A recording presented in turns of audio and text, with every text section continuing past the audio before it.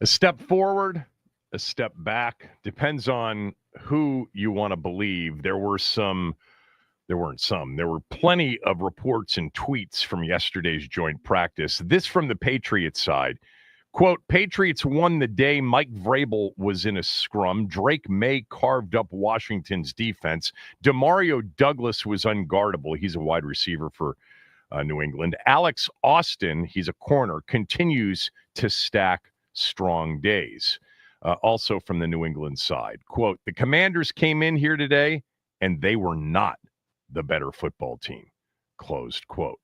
From our side, if a score was kept, wouldn't have been close. O-line was dominant. Pass rush already improved. JD to Ertz, unstoppable.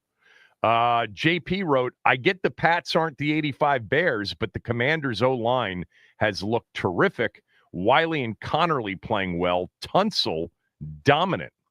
So there you go. Could be that some of, if not most of, what I just read is accurate. I guarantee you the coaches know exactly what worked and what didn't, what to be concerned about and what not to be concerned about. I wonder what our coaching staff is concerned about really the first big reveal of this preseason. Good morning, everybody. Ben was there, as in Standig. He'll join us at 12. This from Josiah to open up the show. Kevin, Paulie was right. Your poll results were a result of fatigue, Terry fatigue. When something goes on as long as this has, fans get tired of it. Did a lot of calls yesterday on the show, revisited what we had talked about 2 weeks ago, and that is, whose side are you on in this Terry versus team standoff? 2 weeks ago, the results were 50-50, which were surprising to me. Yesterday, a lot of the calls I thought skewed Team Terry, but 1,700 plus votes, and still open to be voted on if you want at Kevin Sheehan DC. Team front office, 69.5%, and Team Terry, 30.5%. This from P. Parker. Sheehan, I'm exhausted. Enough about Terry. We have Jayden. That's all we need. And then from Woody, Kevin, I'm tired of Terry talk, but I do have one question. How many games would the team have won if Terry wasn't around last year? I've got 9 and no playoffs. So real quickly, back to what Josiah wrote, the poll results. As Paulie said, Paulie was our last caller. Paulie tends to be the last caller. For some reason, maybe I'm doing it intentionally so that I can say, hey, we got to get to a break. No, I actually love Paulie. He's one of my all-time favorite callers. But Paulie was on at the end of the show yesterday and said, your poll is skewing towards, reflecting fatigue. That's why it's changed here over the last 2 weeks. Now, what Josiah wrote really doesn't indicate who the fatigue favors. What it clearly shows is that fatigue of this situation favors the team. Now, is that going to play into how this thing gets resolved? I don't know. Is that part of Adam Peters and the 49er strategy of kind of waiting things out, especially when you have the leverage? I mean, when you've got all of the leverage, you don't have to pull the trigger quickly. And they have all of the leverage. And unless there's recognition that, hey, man, I don't have much leverage as the player and as the agent, let's just get this thing done, then you're kind of at odds, which is where they are right now. I do agree. I will say this. The subject itself, it does get tiring. It doesn't make it any less provocative. It doesn't make it any less, emotional or coming with strong opinions. But I think there is a desire to get this behind us. And look, I think everybody who's a fan of this team wants it to end. I want it to end. I want Terry in camp practicing. I don't want him joining the team on the Wednesday before the opener against the Giants for the first full practice. I don't want to go into that week saying, will he or won't he? And then we get the reports. Terry is out there for practice in the first full practice getting ready for the Giants opener on Sunday. Because I do think there's a 9 in 10 chance he's going to play in the opener. He's got to play this year.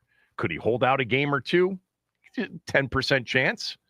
But more likely than not, he will be there for the opener. But I don't want it to come so close to the opener because I do have this sense, without having all of the data to support this, but I do have this sense that when players report after a long, drawn-out holdout, hold-in, whatever you want to call it, request for trade, all of this drama, and they don't start practicing until very late in camp, it seems like things are off kilter. There seems to be an increased possibility of an injury. So I'd like it to end sooner rather than later. As I've said all along, I hope it ends with Terry getting a contract extension. And I hope that contract extension is a fair contract extension for both parties. That Terry views it as, okay, I got them to a point in which I can accept it.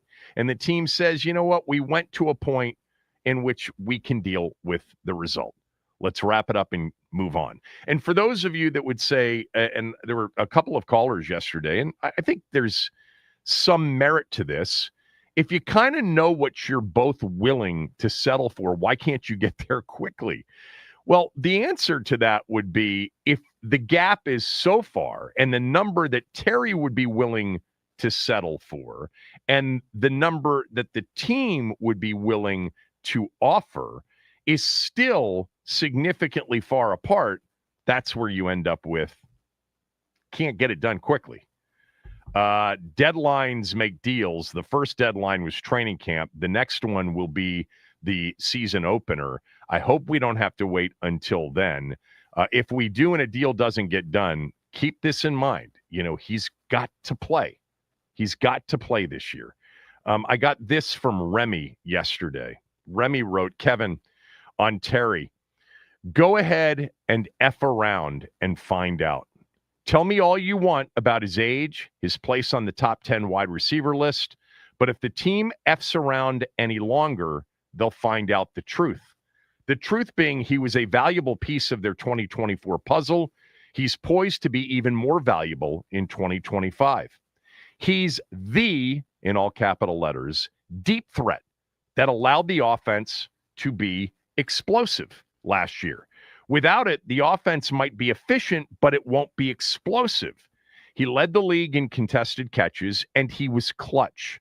I'm not arguing that he is Justin Jefferson, but he's the best we have, and it's too late to replace him for a season that you have called the first Super Bowl window season in forever.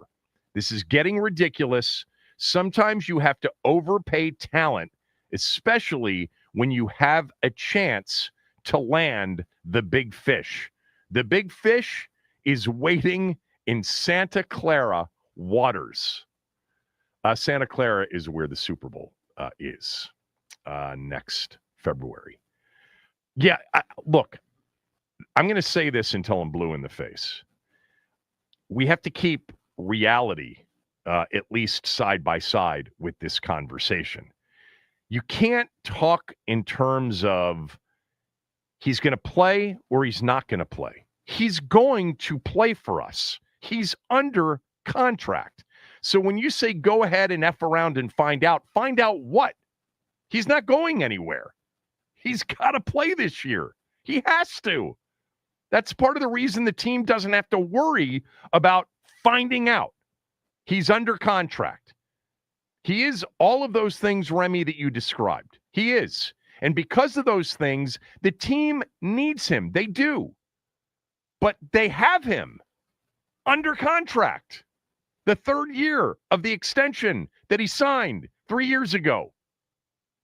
So this is why they're not effing around and they're not going to find out anything. Now, if you believe that he's going to come in and he's not going to risk it because there's 1 year left on his deal and he didn't get what he wanted, then you haven't paid attention to Terry McLaurin.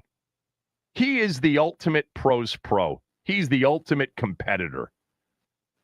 You know, I think Paulie or somebody else pointed out, well, T. Higgins took games off during his franchise tag year. T. Higgins was 25 years old, 26 years old.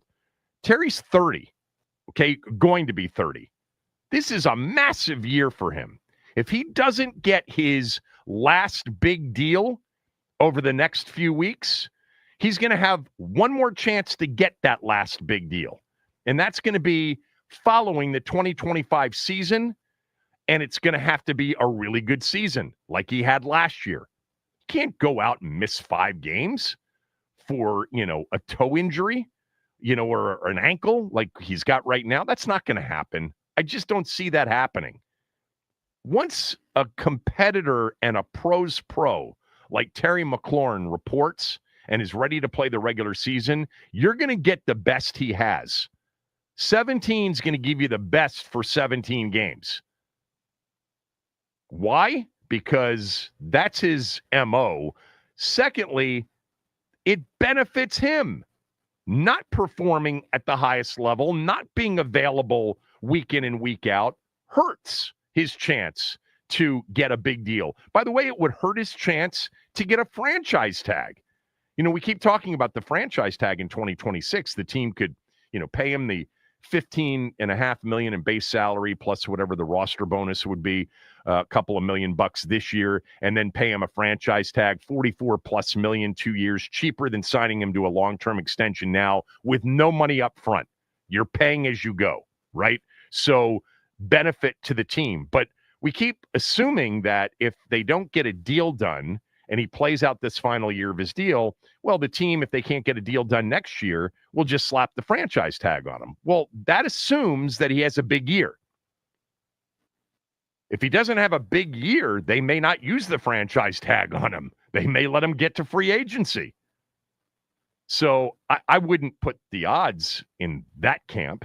I would certainly say that the best odds are if they don't sign him to a contract extension, he plays this year, he'll play well because he's a good player, and the team is a good offensive football team, and the presence of somebody like Deebo Samuel may actually really benefit Terry. They'll actually benefit, they'll make each other better, not to mention year 2 of the offense, year 2 of this quarterback.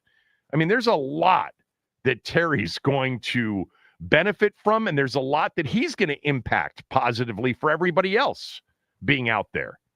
So I don't expect 2025 to be an off year that would have us doing call segments as to whether or not they should use the franchise tag on Terry if they can't get a longer term deal done. But the big difference between somebody like T. Higgins and Terry McLaurin, age and probably overall professionalism.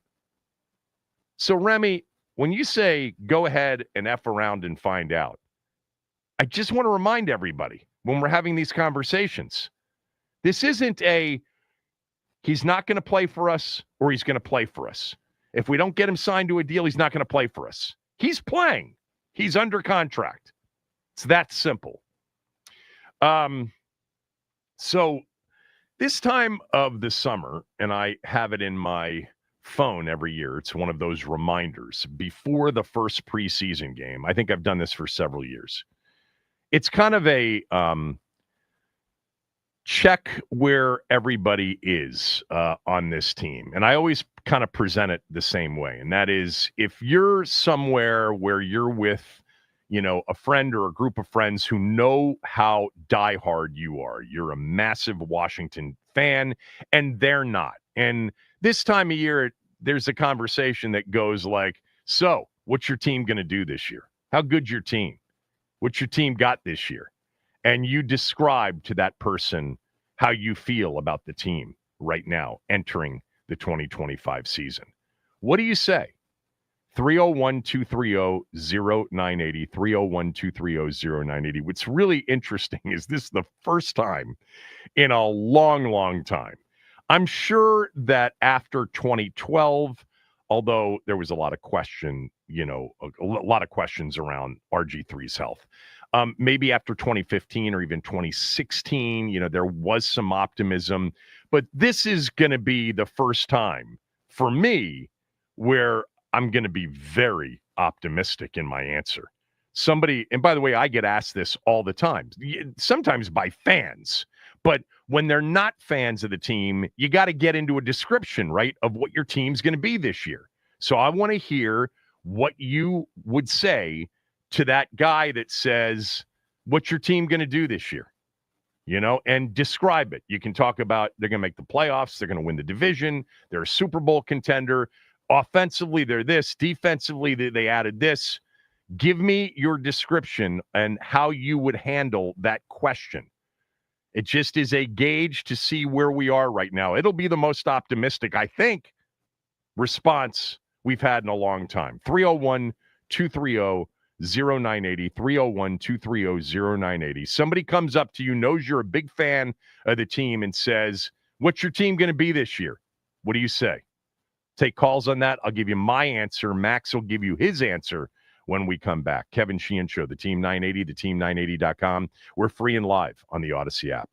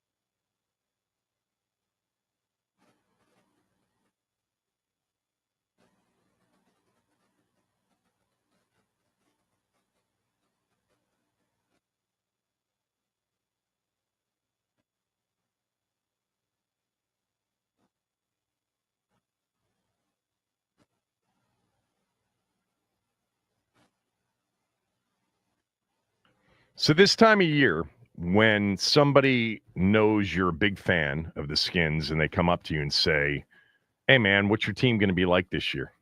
What are you saying this year?" 301-230-0980. Here's my answer, and then Max will answer, and then we'll take calls. My answer would be to anybody that asks this of me, and I've been asked already, is first of all, this is an answer that you've never heard from me. My team is a Super Bowl contender. That's what we are.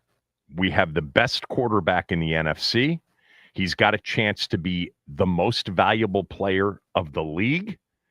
And when you are great at that position, you're automatically a contender. I think there's a chance he's going to be even better this year than last year. Why? Well, it's year 2 in a system, and the offense is improved across the board, especially up front, where it matters second most to the quarterback position, O-line. Tunsil's a top 5-ish left tackle in the game. Massive improvement. They also added Deebo Samuel. He's in a contract year. He's perfect for this offense, this Kingsbury, Jayden Daniels-led offense. Jayden will be easily the best quarterback he's ever played with, and it's not close. Terry McLaurin, yeah, he's dealing with this holdout, but he's going to play. He's under contract. He's a top 10-ish wide receiver, a true number 1 who stretches the field and makes contested catches and is clutch.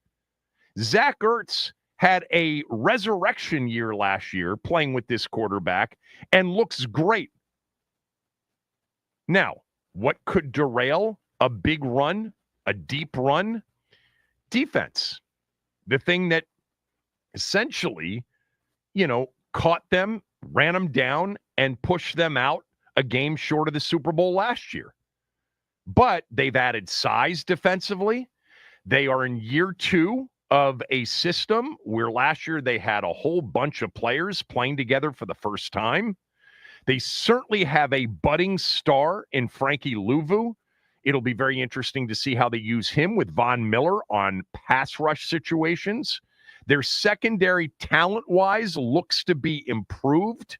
Deron Payne, who is still at 28, capable and freakishly athletic. He's sort of in a contract year, not really because he's got a year after this, but no money really the year after in terms of what he'll be making. It's all been paid, so he's kind of in that situation where he could get dealt like John Allen. If he wants to be here, he's got to ball out. So there is some belief that the defense can be improved. It'd be hard for it to be any worse than it was last year, especially against the run. But overall, when you have a quarterback who is a legitimate MVP candidate and is as dynamic, explosive, and there's no reason to believe anything other than year 2 with his work ethic, that things will be better in year 2, my team's going to be really good offensively. That's going to guarantee that they win more games than they lose, and that they really, more likely than not, barring injuries, you always have to put that caveat out there. If they were to get devastated by injuries, their season could clearly go the other way. But that aside, if he stays upright and plays 17 games, they're going to win more than they lose, and they're going to be in the playoffs.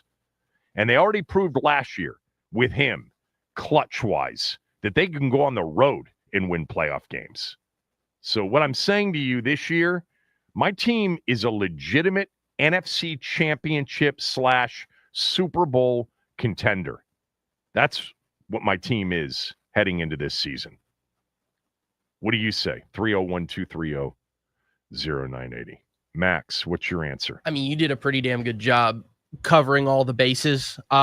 It's interesting. I am very high on, what we did last year, but the schedule's significantly harder. We're seeing a lot tougher teams, a lot tougher defenses. Teams will know how to play, us a little bit better. And at the same time, it all is going to come to, of course, regular season wins matter, but those 4 divisional games at the very end of the season, it's going to come down to those. just because I feel like the NFC East is going to be so tight. Because I have a feeling that we're going to see a little bit of a regression from us. I have a feeling that we're going to see a little bit of a regression from Philly, and then Dallas is going to come and kind of meet us all. So I feel three-way race for the NFC East, just in my gut, looking at rosters and schedules and things like that. So that's kind of where I'm at. But I mean, I'm still over the moon for this season. I think it's going to be at least 10 wins, hopefully around there. They'll be a playoff team. They'll be in the conversation when it comes to the playoffs, which really is all you can ask for as an NFL fan. So I'm juiced up. I'm so ready for football to be here. In referencing the schedule, I mean, this is repetitive for me. I understand every year. The schedule is very, very difficult to predict. But just keep in mind, flip it around. Washington being on everybody else's schedule is a problem. Sure.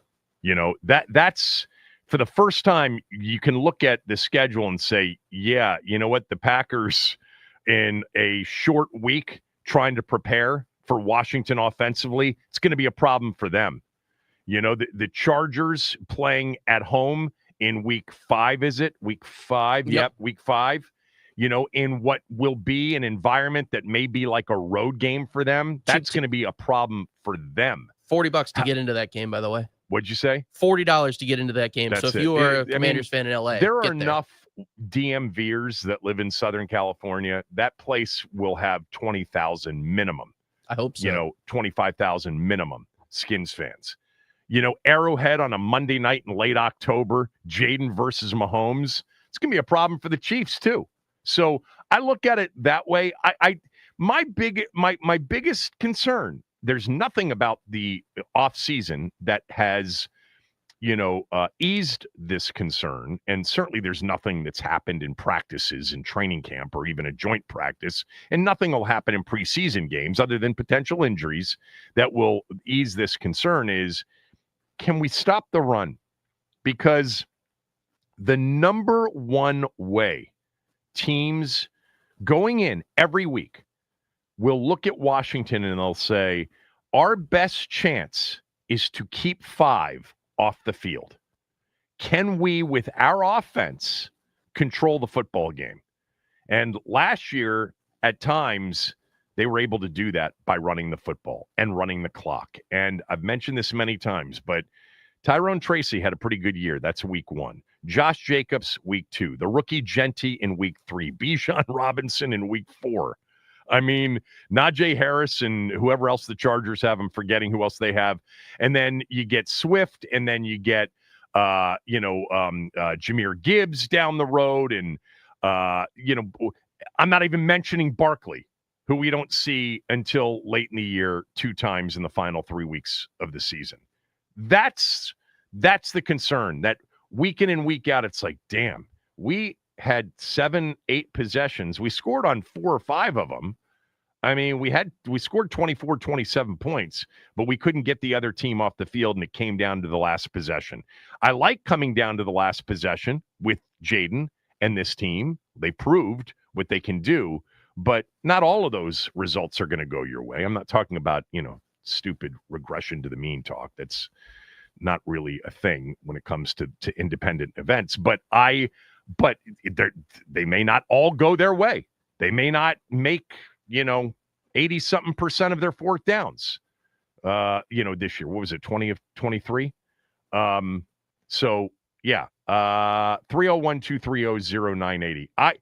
The easiest for me is to say to somebody who asks me, what's your team going to be this year, is to say, look, this isn't even like a dream. It's a best case, but it's a reasonable case. We're Super Bowl contenders because we've got the best quarterback in the conference. 301-230-0980. Let's start with Lap. Lap, how do you describe your team when asked about it by somebody who doesn't know much about your team entering 2025?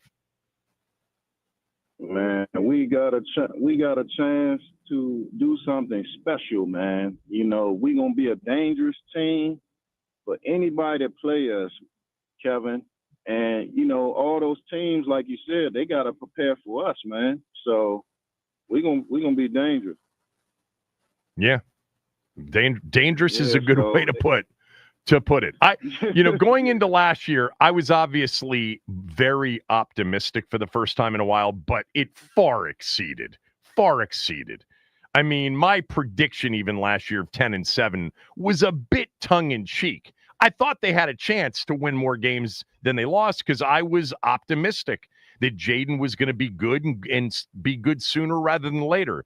But last year was just nobody had that. Nobody had that.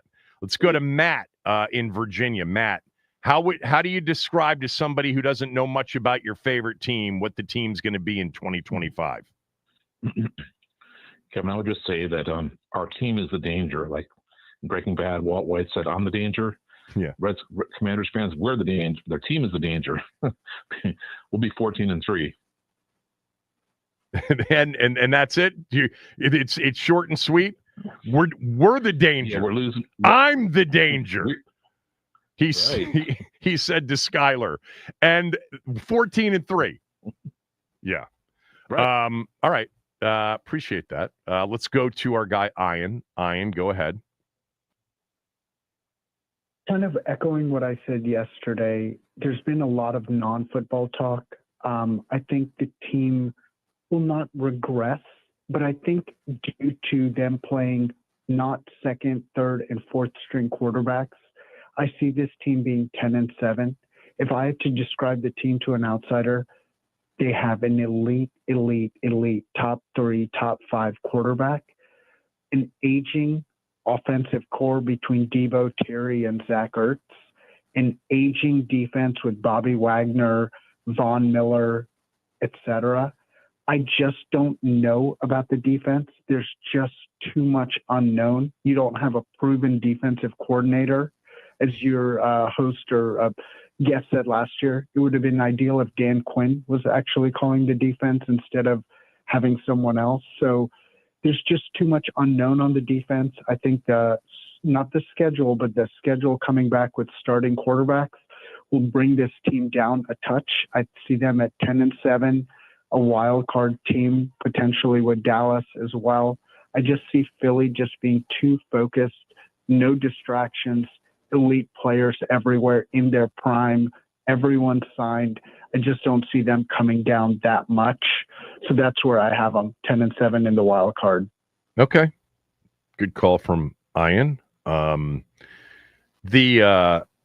He just mentioned something that's also true. I mean, last year, the quarterback lineup that this defense faced was hardly murderer's row, right? And this year, you start, week 1, the Giants, it's going to be better than Tommy DeVito facing Russell Wilson. I'm not super concerned, although Russell Wilson came in here and beat us last year. But, immediately in week 2 and off a short week, it's Jordan Love.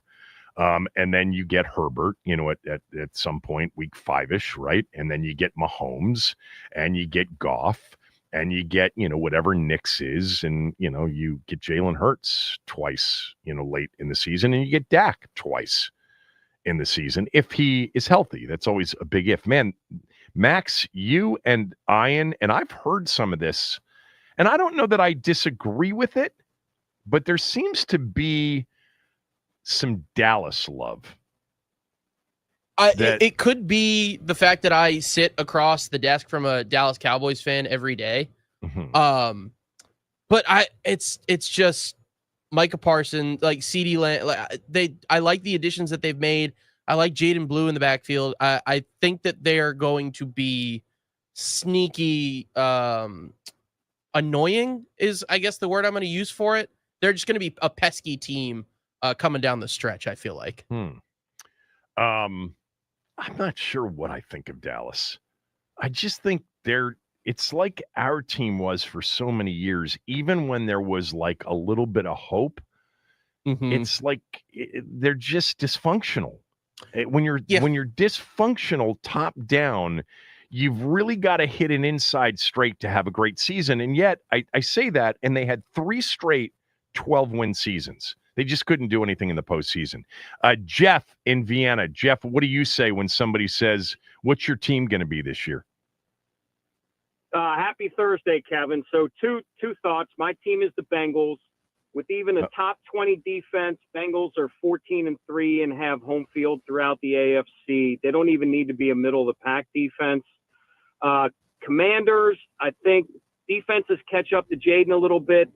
There's a hangover from the Terry holdout, just like there was for us with Jamar holdout last year. I'm going to go 12-5. You just gave me a really good idea, Jeff. Thanks for doing that. I mean, this was not supposed to be for other fans, and we can do this at another time, Max. Write this one down. But we'll open it up for fans of any team to say, to answer the question, what's your team going to do this year? And that way we can get a sampling, because we have fans of other teams, a lot of Cowboy fans, unfortunately, that do listen to the station. Let's go. Thanks, Jeff. Let's go to Aveen. Aveen, what do you say to somebody who knows you're a big fan and says, what's your team going to do this year? Hey, Kevin. I've been having debates with a lot of Eagle fan friends constantly this offseason about this. But, yeah, no doubt they're a Super Bowl contender.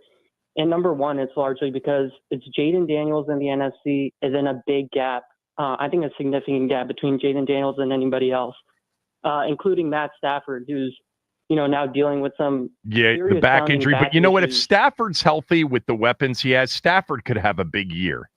He could have a big year. Maybe. He hasn't stayed healthy for a full season. Even last year, he struggled at points during last season. And I don't think he can move like how he used to use. But I view it as a big gap, and I view it as if you're in a big game against another NFC team, what quarterback are you taking? Who do you think is going to play better, Jayden Daniels or Jared Goff or Baker Mayfield or Dak Prescott or Brock Purdy? I'm taking Jayden Daniels and Jayden Daniels by a lot in all those games. And we went on the road. We went on the road last playoffs. We played the other two best offenses in the NFC last season, which were Detroit and Tampa, and we beat them. We didn't punt in the Tampa game. We held Baker under 200 yards passing because we were on the field so much.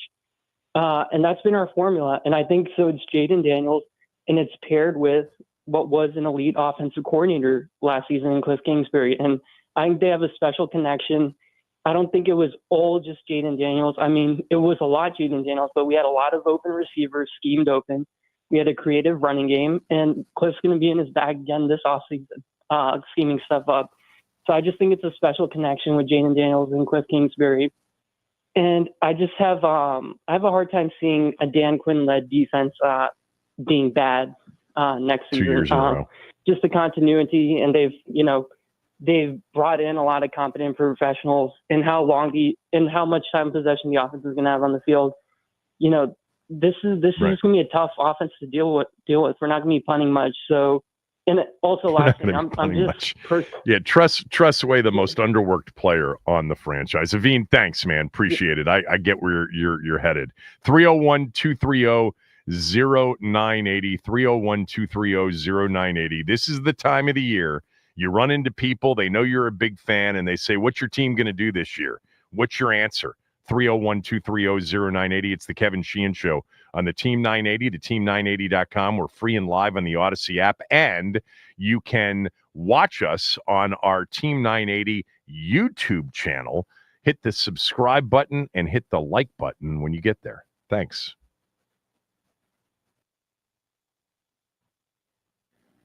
All right, here's what's happening on Thursday, August 7th. After it was widely reported yesterday, including me, that smelling salts would be banned in the NFL. Turns out that we and I were wrong. The ban on smelling salts only extends to teams that will be providing them to players. Players are still allowed to bring in their own smelling salts on their own, and justice has been restored to our beautiful game. The Boston Red Sox, they reached a deal to extend the number one prospect in baseball, rookie outfielder Roman Anthony, signed an 8-year extension with the club worth $130 million and could max out somewhere near $230 million. In baseball, the Nats, they beat the A's 2-1. They walked it off. C.J. Abrams at the bottom of the ninth gave the Nats the win by a score of 2-1. They snapped the 6-game losing streak, including a historically bad series versus the Brewers. Nats are in an early spot today to wrap up their series against the A's at 12:05. Nats on deck with Charlie and Dave at 11:35. This update is sponsored by the Team 980 YouTube page. Just open the app, type in the Team 980, hit subscribe. Kevin Sheehan is live from 10 to 1 and Craig Hoffman from 4 to 7. Don't forget to like the streams and turn on notifications to stay up to date on all things DC sports. And that is what's trending.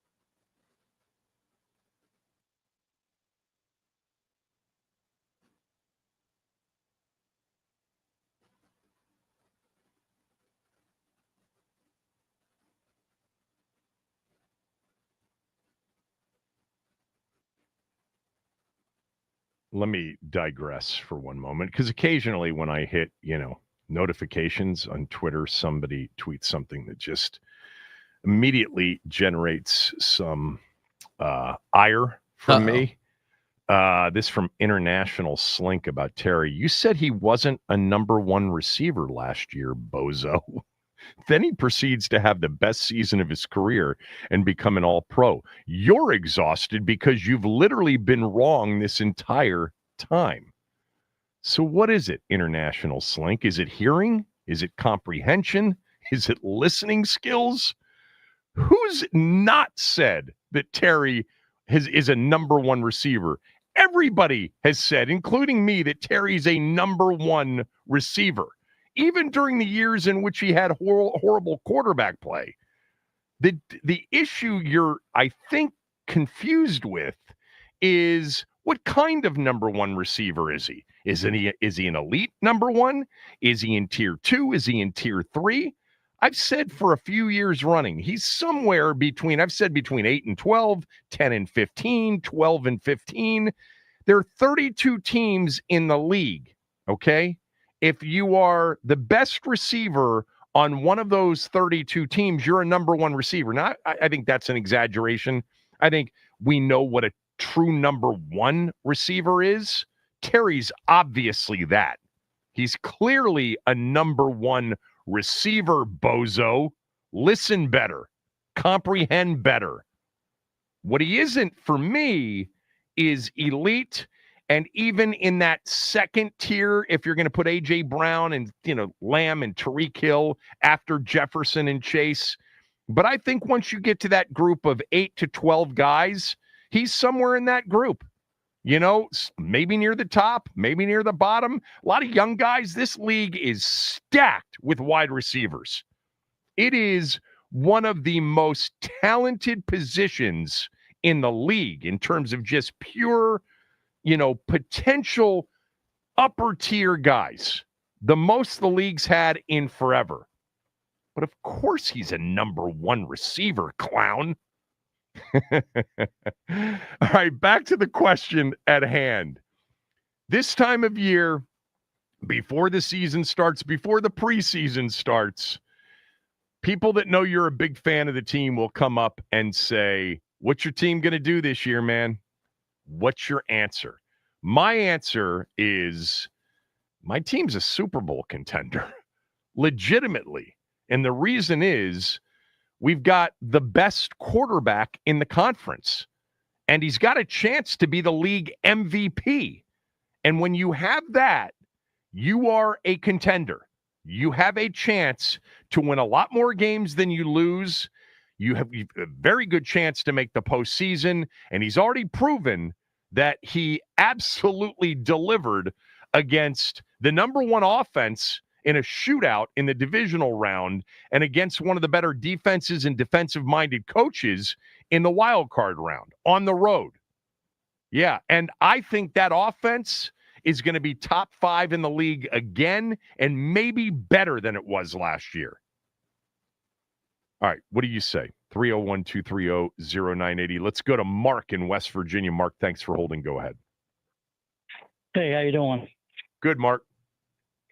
I think they can be a Super Bowl contender, but the only thing that worries me is the defense. They have no pass rush besides Von Miller and Luvu, and maybe Armstrong. But yeah, Armstrong. Keep an eye on what Johnny Newton is as a pass rusher, and maybe even Duran this year. But go ahead. And they can have a great secondary, but if you don't get no push up front, and they have all day to throw, they make even the greatest secondaries look weak. Yeah. Yeah, no doubt. But and that reminds me, because I don't think I finished a thought in the last segment off of Ian's call, is last year quarterbacks, they were playing backup quarterbacks left and right, third stringers in some cases, see New Orleans. This year, it's Jordan Love in week 2. It is Justin Herbert in week 5. It's Mahomes. I did go through the list. I did actually answer that question. All right, let's go. Yeah, go ahead, Mark. Finish up. I'm sorry. I was going to say, when was the last time you were this happy to see them have a chance to win a game, be in games? It was the 90s for me, but it's the most anticipated season since 92. And I would throw 2013 into the mix, but we all knew that you had a quarterback coming off a very serious knee injury, and he was the reason more than anything else in 2012 that we won 7 straight games, made the playoffs, and had a 14-0 lead over the Seahawks in the wild card round. So, I think this is the most anticipated season since 92 when they were the defending champions. Actually, 2000. It's the most anticipated season since 2000. 2000 coming off 99 when they won the division and they won a playoff game and almost got to the NFC Championship game. They lost to Tampa in the divisional round 14-13. Sean King was the quarterback. Work done, basically picked up a fumble, ran behind the line of scrimmage, made an unbelievable play. We never got the kickoff to win the game at the end. The Turk brothers, the center in particular, God rest his soul. But the 2000 season that followed it included the offseason, and we didn't know what an absolute dirtbag loser our owner was in 2000. There was a lot of excitement. I think sometimes that 2000 offseason gets painted by many of you as, I knew right then we were in trouble. Really? You did? I remember a lot of excitement over Deion Sanders and Bruce Smith and Mark Carrier and even Jeff George, although Jeff George was kind of a loser coming in.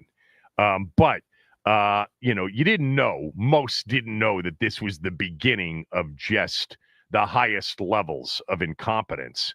I think I do remember this. I do remember being very critical of Brian Mitchell being allowed to leave. That was frustrating because he was the key performer in the playoff loss at Tampa. Most anticipated season, Mark, by far for me since 2000. They have their best odds to get to the Super Bowl since 2000. 2000, they actually had better odds. They were the second choice in the NFC behind the Rams entering that season to win the NFC Championship. The Rams were the defending champions, greatest show on turf after their season in 99 with Kurt Warner. They ended up going 8-8. Remember the end of the season, Norv got fired, etc.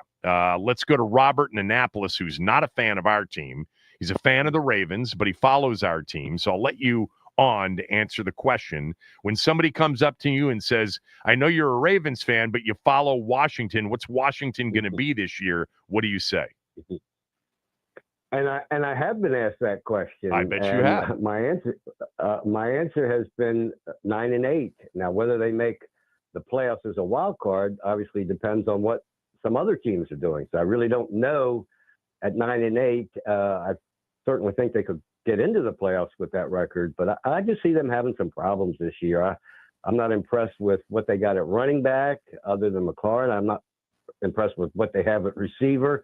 I think the defense of the other teams are going to probably shadow your quarterback and come up with some some ideas. Good luck with that. They were trying that last year. Well, understood. It's not like they figured out in the offseason, maybe we should spy him.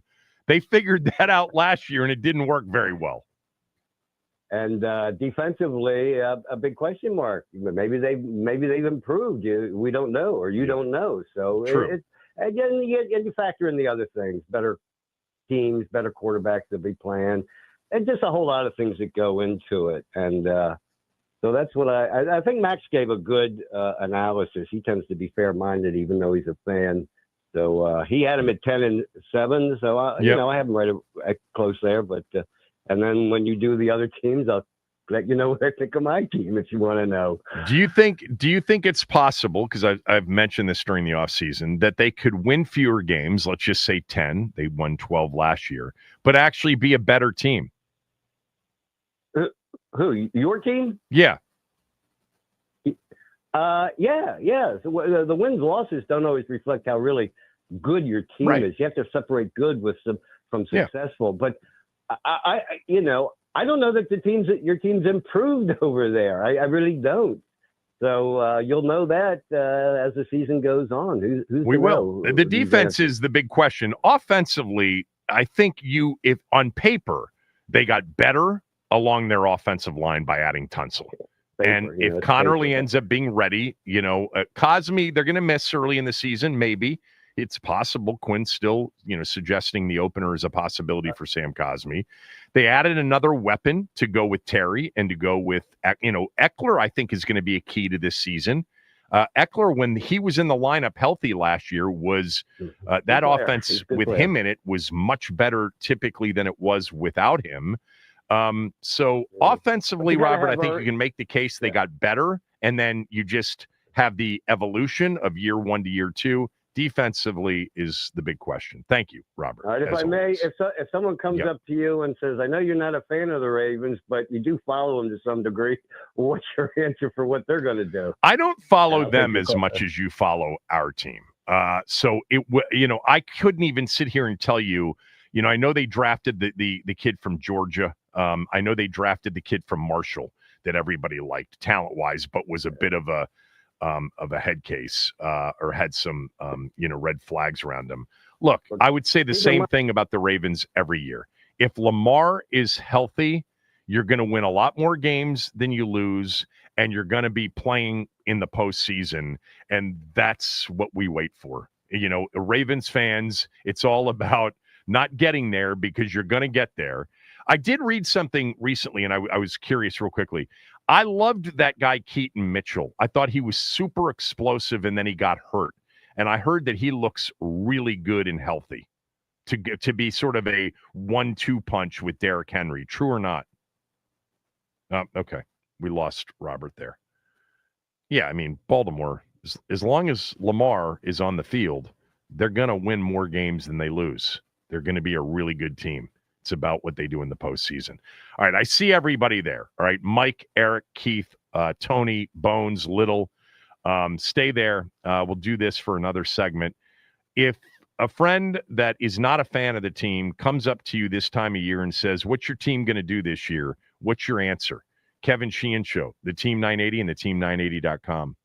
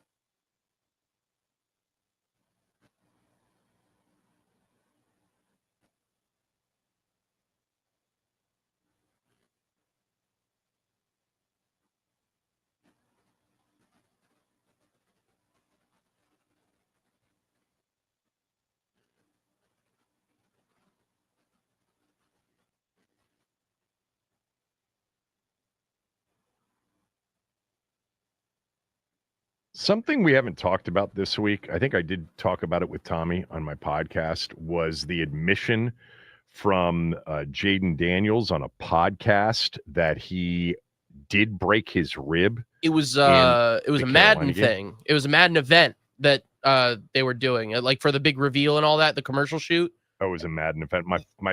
I just saw the sound clip. And I'm going to address it a little bit later on in the show, because I was very emphatic once they took him off the injury report that the people that I had been talking to were saying he is not at risk. He's not injured. There may be a little bit of discomfort, but he is absolutely okay to play, which is why we've taken him off the injury report.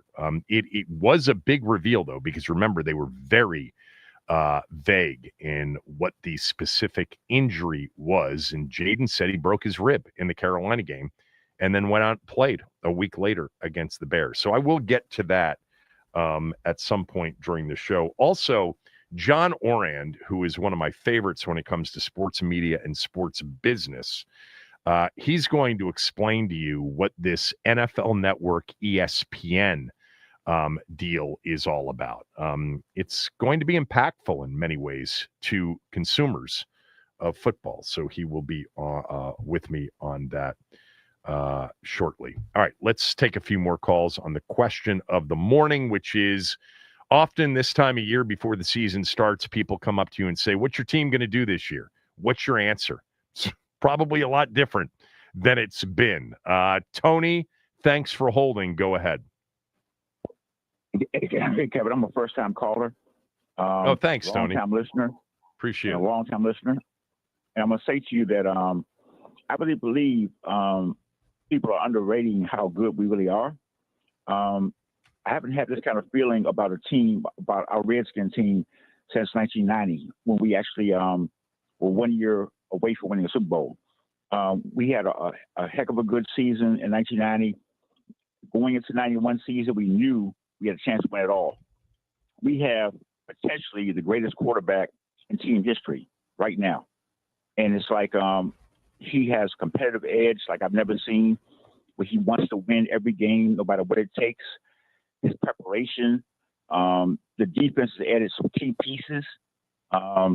We got Jordan McGee now in the second year. We got Johnny Newton in the second year. They added Jonathan Jones. They added a lot of Will Harris, Javon Kinlaw. So we've added some pieces to a defense that was ranked 13th last year. So believe it or not, as bad as we supposedly were, we were ranked 13th. Well, that's a yards number. The overall advance numbers, like DVOA, had us 26th, 23rd, and 26th against the run.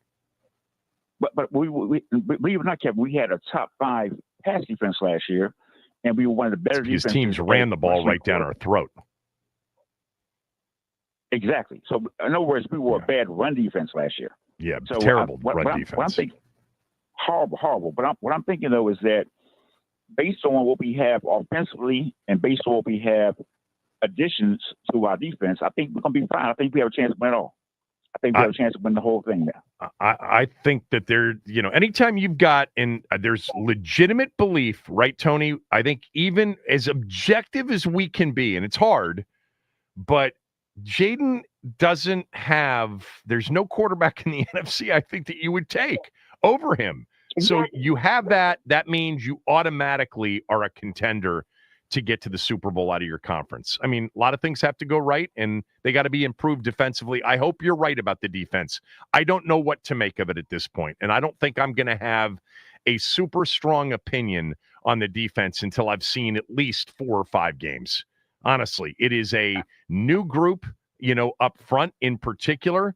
We're going to have a different pass rush than we had last year. And we got you got a new secondary, really, with Lattimore playing healthy, hopefully for the first time, and a guy like Will Harris, and who knows what Trey Amos's role is going to be. So it's the wild card with this team. We know what they're going to be offensively as long as everybody's healthy and out there. We know what they're going to be offensively. Let me say one more thing. Last year, our offense for like 4.5 games was not stopped. We could not be stopped. We didn't punt one time. We didn't punt for So 3 games, I think imagine it was, or now two and a half games. But imagine now we've added more pieces to the offense. We've added more pieces on the offensive line. We've added Deebo Samuel. So in other words, we added to an offense that was unstoppable last year. Yeah. So I totally your buddy agree. Doc Walker always said, be dominant on one side of the ball. And we have a chance to be dominant on offense. They were last year, so and that's why they won 14 games ultimately. Thanks, Tony, very much, and appreciate the call. Let's go to Bones. Bones, go ahead. Hey, Kevin, thank you for taking my call. Shout out to my man, Matt. Hey, my thing is this, right? My team, the Burgundians goes to watch the football team. If we win 10 games and we make any portion, we qualify for any portion of the playoffs, we're going to the big dance. Simple as that, man. The Super Bowl. This is the second year that this team, you understand, is in the system of Dan Quinn and the defensive coordinator. My team is going to flourish. You're going to see some cohesiveness. You're going to see some togetherness from last season, some improvement from last season, and these guys are going to shine. My expectation is that if my team make the playoffs, we're going to the big dance. Simple as that. All right. Well, let's get to the playoffs. I'm with you. Yeah. All the K9. All right. See you, Bones. All of Doc's canines. Yes. I mean, honestly, if Jayden plays 17 games, I'd be very surprised if they're not in the postseason. And that is saying something because the NFC is deep. It is surprisingly deep. It has arguably the best team in football in Philadelphia in the division. It's got teams in the NFC North like the Lions and the Packers. Who knows what J.J. McCarthy will be in Minnesota? I was not a big J.J. McCarthy guy. I am going to be interested. Kevin O'Connell, if it doesn't work with Kevin O'Connell, it's hard for it to work almost anywhere. I mean, he made Sam Darnold work last year at a high level. I'm going to be interested to see what J.J. McCarthy does. Now, it's his first year, so there's got to be some patience, I would assume, in Minnesota. You got Chicago and Ben Johnson and a loaded team with weapons, but the question is at quarterback, apparently. The South has Tampa. I think Penix Jr. is going to have a big year. It would not surprise me at all if he plays well. And then the West, the Rams are loaded if Stafford's healthy. The Niners, if they're healthy, could be the Niners again. A lot of people think Arizona's dangerous. Yeah, that's, and yet I look at our team and I'm like, okay, we got Jayden Daniels. You know, we got some weapons offensively. The offensive line's improved. We've got an outstanding coordinator and play caller and schemer. Like, we're going to score 26, 27, 28 a game. Let's go to Little. Little, somebody comes up to you, not a fan of the team, but knows you are, and says, what's your team going to do this year? What do you say? What's up, Kim? Thank you for taking my call. Shout out to Little. Max. Always. Bone. Man, look. I look him right in their eyes, Kevin, and I tell him we're going to be stone cold killers. Then I tell him also, because I predicted last year that we was fighting for the division, we're going to take the division this year.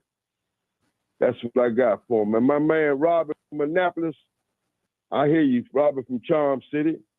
He said 9-8. But guess what, Robert? I always thought your team was a good team until they make the playoff, then they throw up on themselves. That's all I got for Robert. My man, Southeast Bones, I'm going to throw a couple of names out there to you, man. I know you was a bad man on the baseball field. Vernon Willer, Silky, Wayne Perry, Mo Teller. Them the boys I played with. Arthur Gaston from Bird Farm, Kenny Craig from Southeast. What do you think they would say? You want to answer for them? What would they say about the team? Stone cold killers? Some names out there for Southeast Bones, but that's what I look them straight between their eyes, Kevin. 3 words: stone cold killers. That's what we're gonna be like this year. All right, good. And I'm gonna tell you now, we're gonna fight for it. We taking the division. That's all I got for you, Coach. All right, God Little. bless you. Stay up, man. All right, you're beautiful. Let's go to Mike in Randallstown. Mike, go ahead. What do you say? Hey, Kevin. Good morning, Kevin. How you doing today? Good, Mike. Hey, yeah. Well, Kevin, I'm a true believer. I'm not saying we're going. I'm not hoping that we go to the playoffs. We're going to make the playoffs, and we're going to do some damage. It's been proven that Jayden can play anywhere, away or at home. But Yep. Go ahead, Mike. We lost him. We lost Mike. Eric down in Norfolk, Virginia. Eric, go ahead. Yeah, Kevin, you kind of mentioned my take on a call before the break. I think we have a chance to make another deep playoff run, not only with a top-ranked offense, but an electric offense, with new weapons and an improved O-line. And I have optimism in a slightly improved defense over last year, but I say that with the possibility to have a worse regular season record, but with an improved overall team. Yeah, I would tell that's, people to kind of look with your eyes and not with the record to kind of get a gauge on how well we're doing. But I believe we'll be good enough to get into the playoffs to make a run. Yeah, I mean, that sometimes it's interesting, right? Because sometimes that applies more to a team with a bad record. It's like, they're 4-8, but if you've watched them, they actually are really close or they're better. You don't say that a lot about teams that are between 10 and 13 wins. Like, they're 10-win team, but they're actually a lot better than that. I think but I think this team, like the Bengals because of last year's outlier of winning 12 off of winning 4 the year before, but we know how the 12 came about. It came about against teams that were kind of struggling, teams that didn't have great quarterback play, teams that, and by the way, a lot of last second, walk-off wins. I don't think that'll change. I think that's the quarterback, to be honest with you. And as long as he's out there, that's still a possibility. But I do hear you. Like, I think this team could be better and maybe more well-rounded, but win 10 or win 11, not win 12, And, part of that, a lot of that is just the overall potential of the schedule they face this year and the quarterbacks they face and the running backs they face. I hope the defense is improved. I really do, because it would be frustrating to have an elite level offense and it's standing on the sideline too much of the game. Keith in Brandywine, go ahead. Hey, what's up, Kevin? I heard your little jokes yesterday before you left yesterday, man, talking about my grass cutter in his last year contract and stuff. Yeah, Paulie had that line. He said, "You don't get CTE cutting grass." Yeah, tell Paulie shut up. Paulie always think he's right. One thing about Paulie, he got good comments. Well, Paulie act like my brother. They act like Paulie's never been wrong. Just ask him. Exactly. You said Paulie's never wrong. I like him, but sometimes I'm like, Paulie, shut up, man. You're wrong sometimes. But anyway, no, my grass cutter, who's in his last year contract, yesterday asked me that same question, and I told him, I said, you know what, we'll be fine. I think we're not going to win the division, but we have a great chance. We're going to be as a wild card. We have a great chance to compete for the NFC once we get in there, because unless our defense steps up, our defensive coordinator knows what he's doing this year and uses the talent. Can't blame anybody else now because he got the talent in that he said he needed. If he doesn't step up, we're not going to do as well as we did last year. And I know we're not going to have the same record because we got tougher competition, better quarterbacks. But you also got to look at this, like I told our cutter before I let you go. We stepped up. We played top defenses. Our offense played top defenses in the playoffs. No. Detroit was a terrible defensive team. The night we went to Detroit, Detroit was a bad and injured defensive football team. Yeah, they were injured. What about when we went to Philadelphia? Well, of course, that was the best defense in the NFL last year. Yeah. And by the way, maybe if you were about to make this point, but Washington moved the football against Philadelphia in their last 2 games against the Eagles, including in the NFC title game. The key, obviously, was the turnovers. Yeah. Thanks, Kev, man. Love talking to you. All right, Keith, appreciate it. All right, that's enough of that. I'm going to talk about the Jayden Daniels broken rib admission before the end of the show. Ben Standig will join us at 12. Up next, my friend John Oran from Puck News to kind of explain the NFL, the NFL acquiring the NFL Network. I'm sorry, the ESPN acquiring the NFL Network. It's a big deal. Very big deal. John will explain it next.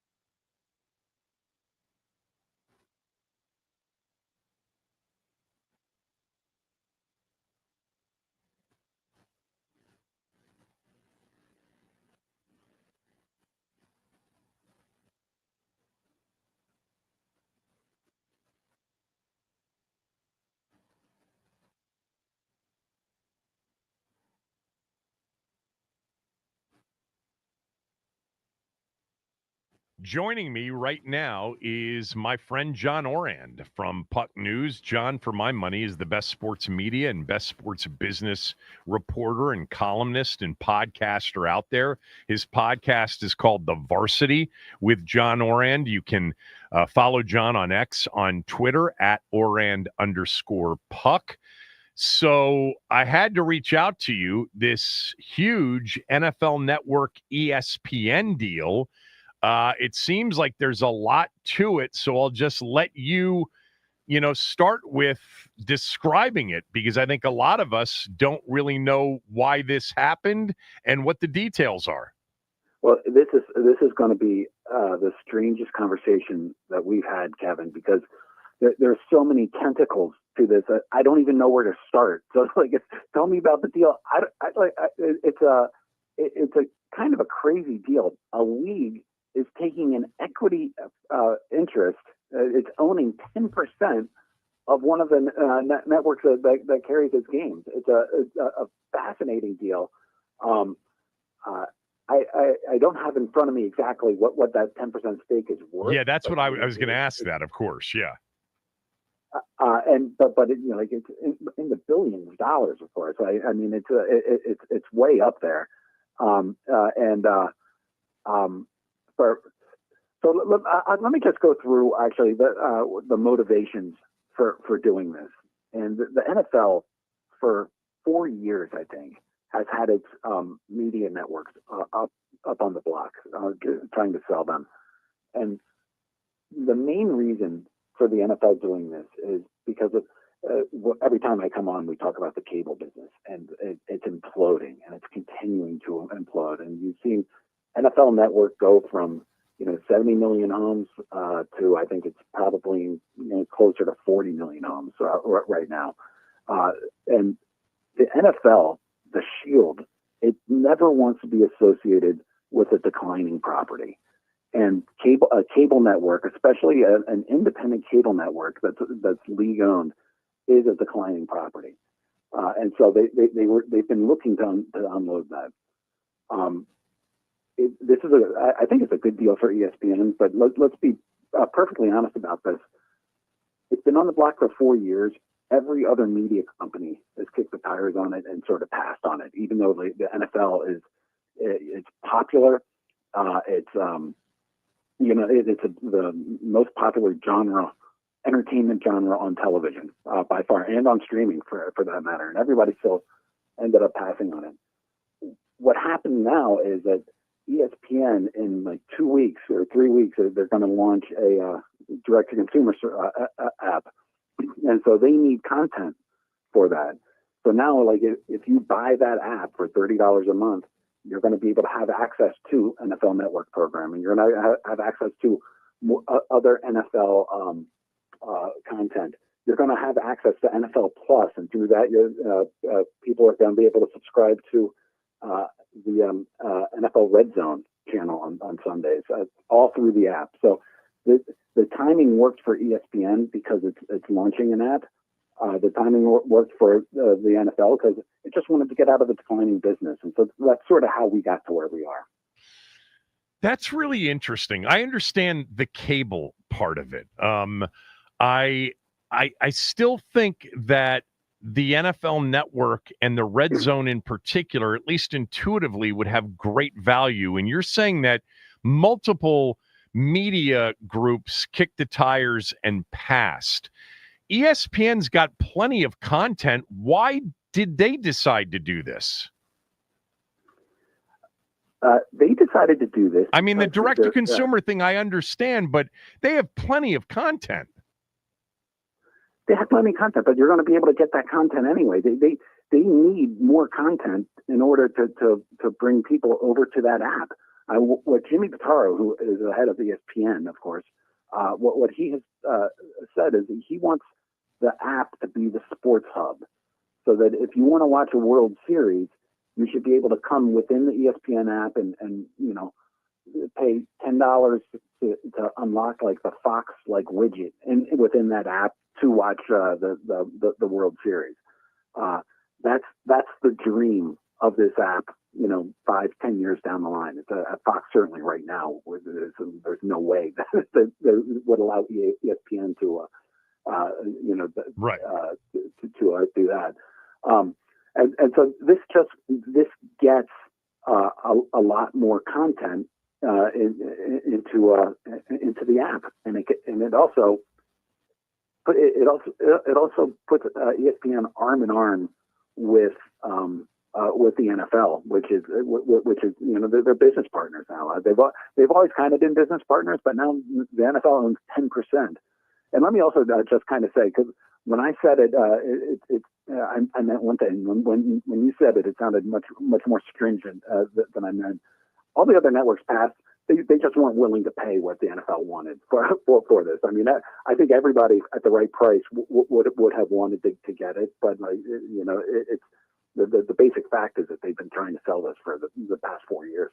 I mean, this was a straight 10% equity stake for the NFL Network and the associated media assets, which includes Red Zone. And by the way, with the NFL Network, that means more live NFL games for ESPN during the course of the season, correct? Exactly, yeah. So ESPN got a couple of added games. NFL Network is going to, I think, keep its allotment of games as well.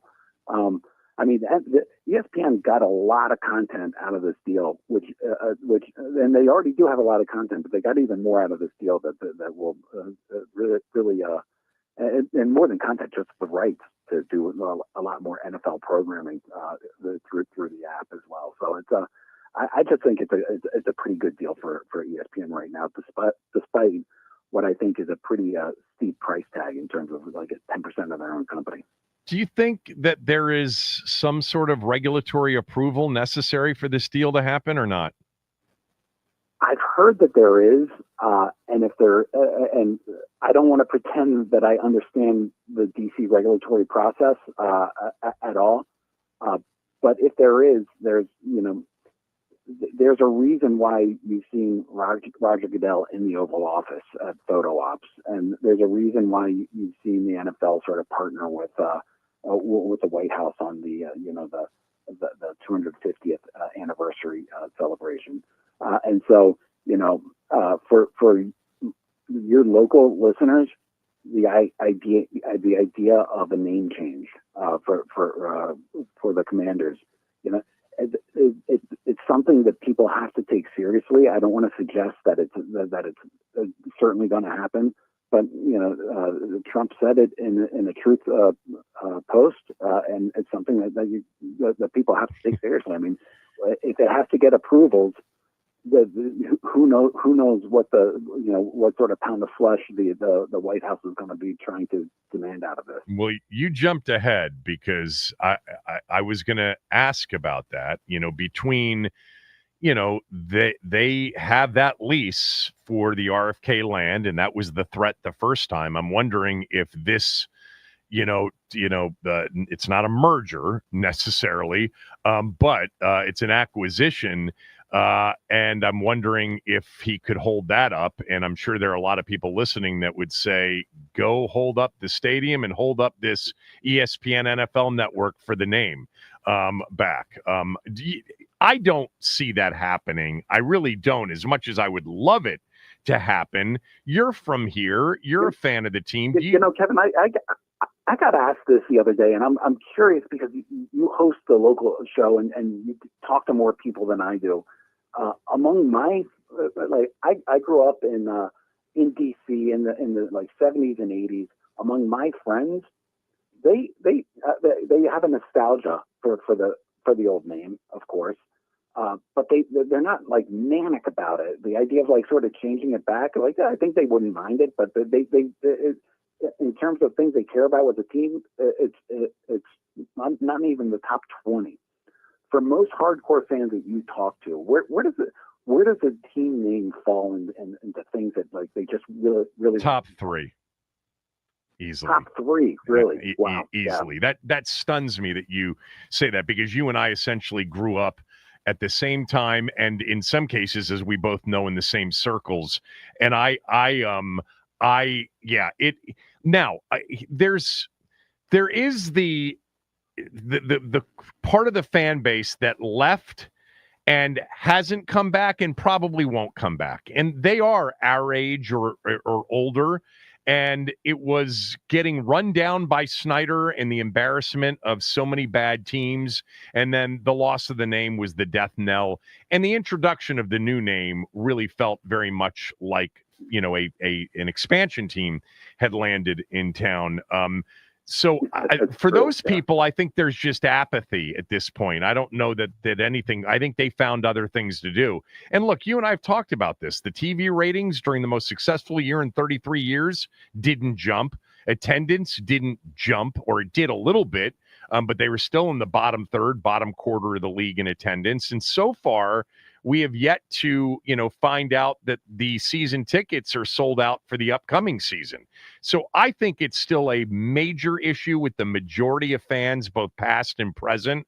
I just don't think it'll happen. I think that ship sailed. I think it's that the top 10 sponsors in this league, the FedExes and the Amazons and the Anheuser-Busches of the world, that they were the issue all along. Shareholders, customers having an issue with this, even though most of us understand this has not been an issue with the Native Americans themselves. So, yeah, I think we're in different spots on that.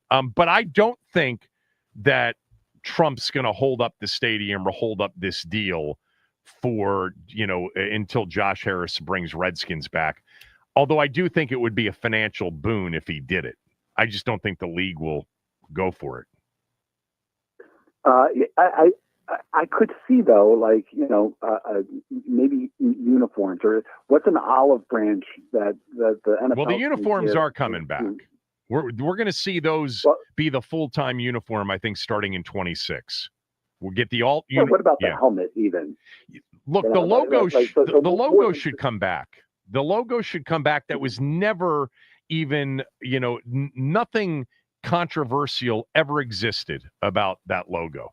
The issue is whether or not it would match up with what the team name is. Would it be, a branding match for it? But I don't know that it will. I'm just saying I don't think that that anybody should prevent it, including the top sponsors in the league.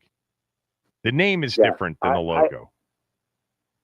I am of the belief that a run through the playoffs, a multi-year just winning run will get people excited about this team.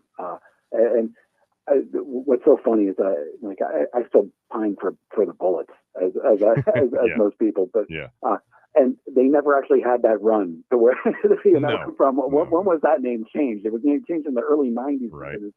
And they never had the run to where it's like, now I'm a Wizards guy. Look, I think you're right, and I think, well, I don't know if you're right or wrong, but I'm open to the possibility that consistent winning, which, by the way, it looks like they may be on the verge of doing, which is why I think they were able to keep the name after this year. I do think that this was a major in-house point of contention, but 12-5 in 2 road playoff games made the path easy to just stick with Commanders. Because look, there is a whole new generation that just doesn't care as much as people like me and people older than me and some people younger than me. And we have less lifetime value than somebody who's 22 and hasn't been a big fan of the team, but now is, adopting the team because they live in the market. So there's so much involved in this. This is not where I thought the conversation would go today, by the way. And I want to bring it back to the primary reason I called you. But I think there's so much that we don't know. I've always held out for the possibility that they understand how big it would be to bring the old name back. I don't think it'll ever fly. I think that ship sailed. I do think Washington football team, old uniforms would have been the way to go.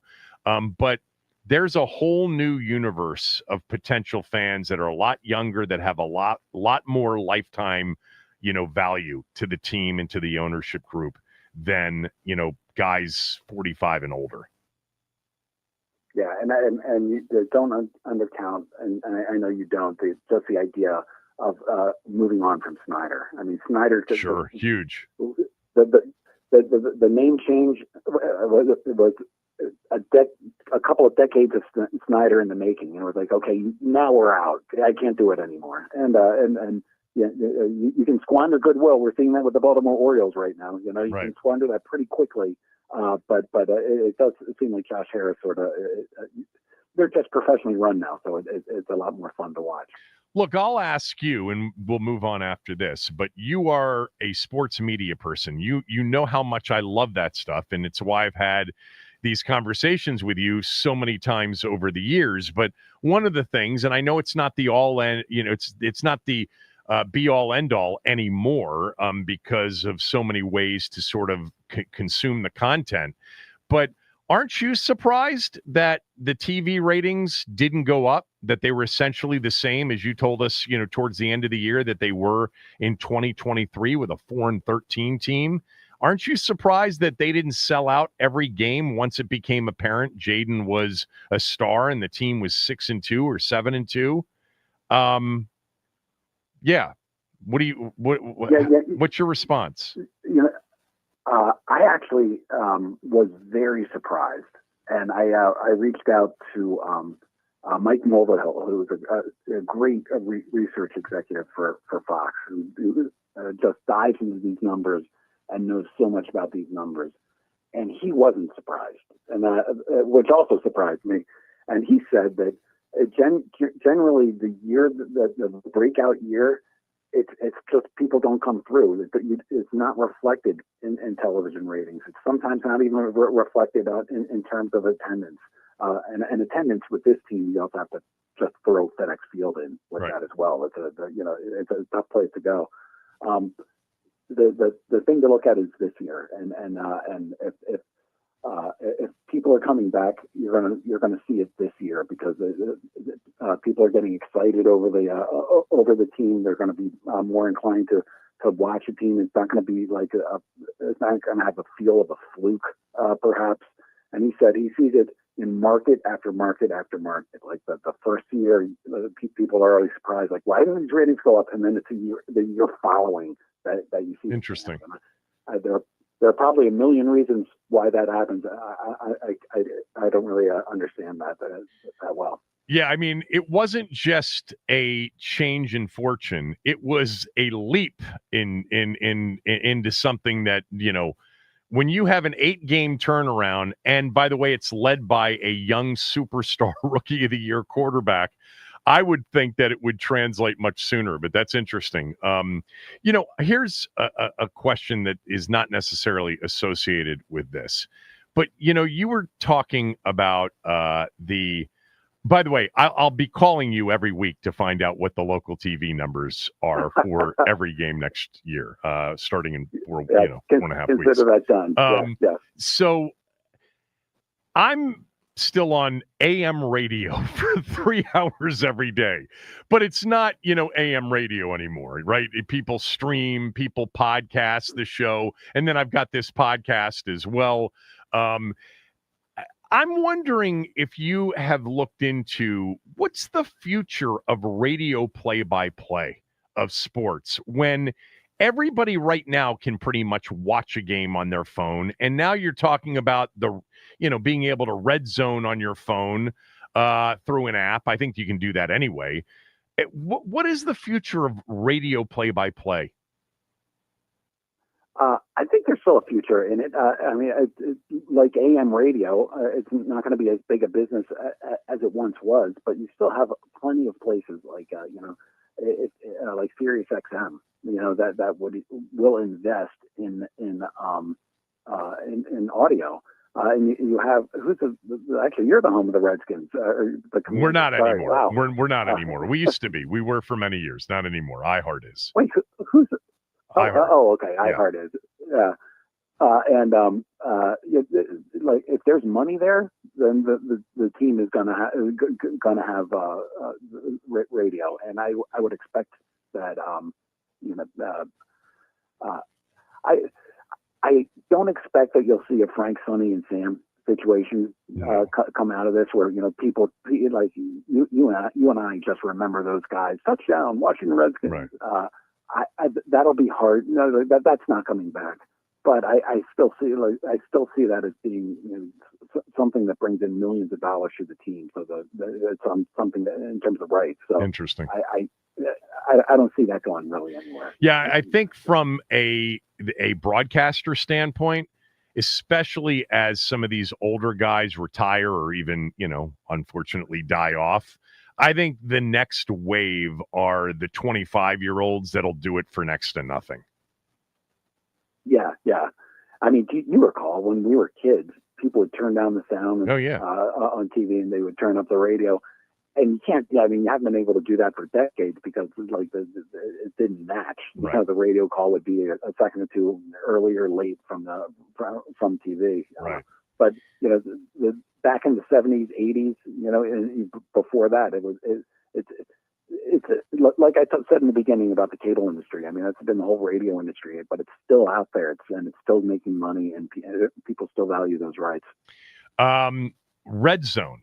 How will that work? Do you have any idea? Will Scott Hansen still be the guy doing Red Zone? Will we watch it on the Red Zone channel, or will we watch it on an ESPN property?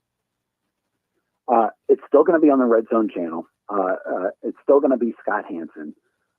There is almost 0% chance that you're going to see, Stephen A. Smith or Pat McAfee making like an appearance to talk about like a touchdown or something like that. I've seen, especially on social media over the past couple of days, people are sort of freaking out over that idea. And all I can tell you is that the people that run ESPN programming, you have Jimmy Pitaro and Burke Magnus, and they're smart executives, and they have a history that you can actually point back on with the Pat McAfee show. Like, Pat McAfee has gone toe-to-toe with ESPN executives. Like, he's called out ESPN executives on air, and ESPN just sort of like lets him do his thing. He didn't get suspended. He didn't nothing even happened to him. And so the idea that they're going to take something that is undoubtedly popular, people love NFL Red Zone, and then try to put their mark on it, there's 0 chance that we're going to see that happen. None. I know everybody's taking a look at the Inside the NBA that's coming over to ESPN next basketball season, and same thing. I mean, I can't see ESPN deciding like, oh well, we want to make sure that Stephen A. Smith is on that table. Like, they're not going to do that. It's that they understand that it's a popular show, and they want to bring on popular shows and bring in the audience associated with it. So I expect that the NFL Red Zone will look and feel exactly like the NFL Red Zone of today, with or without Scott Hansen. I have no knowledge that Scott Hansen's going to go or not, but like, if he does go somewhere, they'll just replace him with another Scott Hansen. I did see somebody tweet out that as part of this deal, the future of Monday Night Football will be standalone games only, no more double headers like we've seen for the last several years, and we've got plenty of them this year. Why is that? I think that they just realized that doesn't work. They like the idea of doubleheaders because in case one game was a dog, or then people would go to the other game, but the staggered start time, they never quite. It started. The first game started too early. The second game started too late, and they weren't able to get a good NFL-sized audience for that. And the NFL has figured out too, with these games, with their games that they sold to streaming services, they figured out that like, if they can, and I totally apologize for giving you a corporate speak here. If they can eventize these games, I'm sorry, I interrupted. If they can eventize these games, they can turn them into events. Yep. So like, Netflix pays like a ton of money, like I think it's $150 million for Christmas Day games, like games on Christmas, like they're able to do that. I know Amazon, they have Thursday Night Football, but they have made sure that they're going to have that Black Friday game, like Amazon and Black Friday. And so if they can take these games, like the game in Brazil, like that's a Friday night game, like that's sort of new and unique and different, and that attracts people because they have their own window for it. And so that's part of the NFL reasoning here, is that they just want to take games and create their own windows to make it to make them more sellable, so to speak. How about that Hall of Fame game? It drew nearly 7 million viewers. That's insane.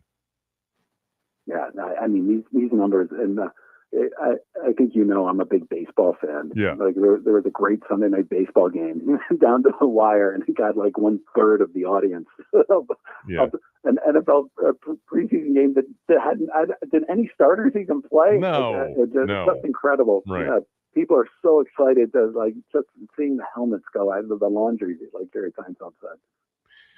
Thanks for doing this, as always. Much appreciated. We'll do it again when the regular season gets underway. Thanks, John. Always enjoy coming on, man. Thank you. John Oran, everybody, really knows sports media, sports business. How about the Monday night? It's not really a doubleheader. I described it inaccurately. The two games, I mean, we have, I think, 5 Monday nights this year with 2 games. There's like one true doubleheader, like a 7 o'clock and a 10 o'clock, but most of them are 7:15, 8, 7:15, 8:30, that kind of a thing. I've actually enjoyed those 2 games on Monday nights, but this will be the last year of that now that ESPN's taking over the NFL network. All right. I promised something yesterday that I never got to, and that is something Joe Whitt admitted the other day about last year, his first as a defensive coordinator. I'll play that for you when we come back. Kevin Sheehan Show, the Team 980 and the team980.com.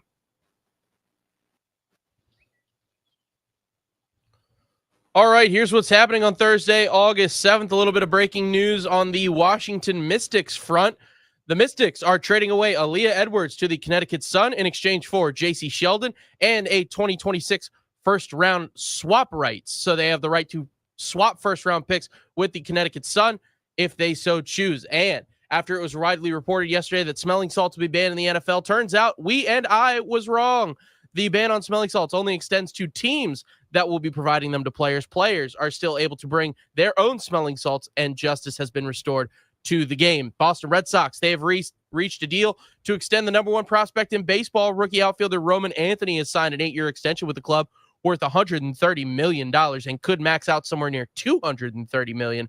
Plus, in baseball, the Nats, they beat the A's yesterday by a score of 2-1. C.J. Abrams walked it off in the bottom of the 9th to give the Nats the 2-1 victory. And they snap a 6-game losing streak, including a historically bad series versus the Milwaukee Brewers. Nats are in an early spot today as they wrap up their series against the A's. 12:05 first pitch, just minutes away. Nats on deck with Charlie and Dave right now on The Fan. This update is sponsored by the Team 980 YouTube page. Just open the app, type in the Team 980, hit subscribe. Kevin Sheehan is live from 10 to 1 and Craig Hoffman from 4 to 7. Don't forget to like the streams and turn on notifications to stay up to date on all things DC sports. And that is what's trending.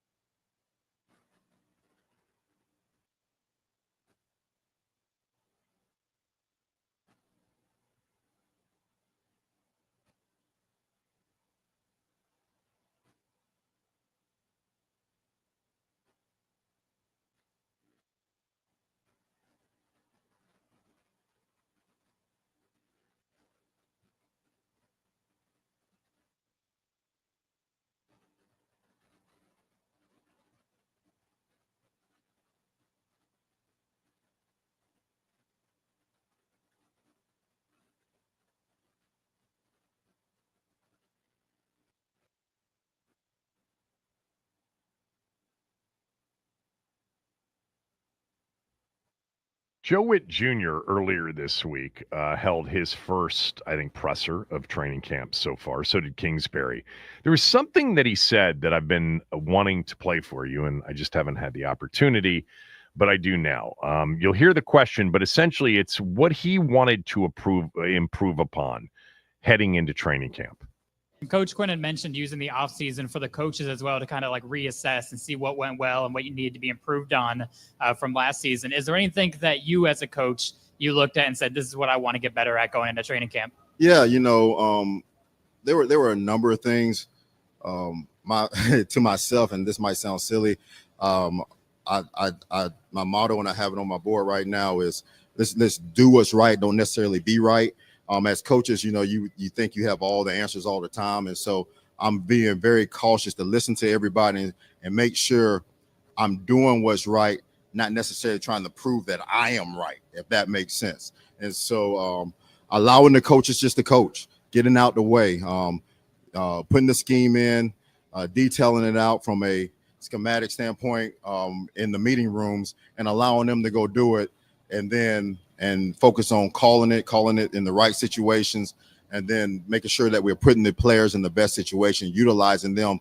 I don't think I did a good enough job in certain spaces with Frankie and Jeremy. We did good jobs, but the whole 11, I have to do a better job of using people's skill sets. So those were the three main things that I really focused on my growth.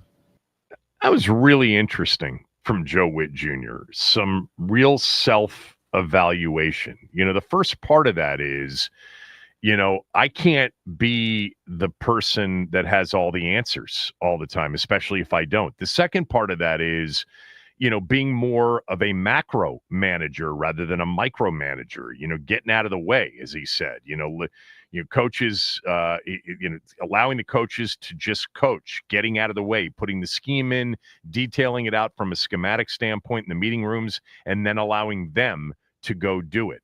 And then lastly, just identifying how to use people in the personnel's best skill sets and putting those into the right situations.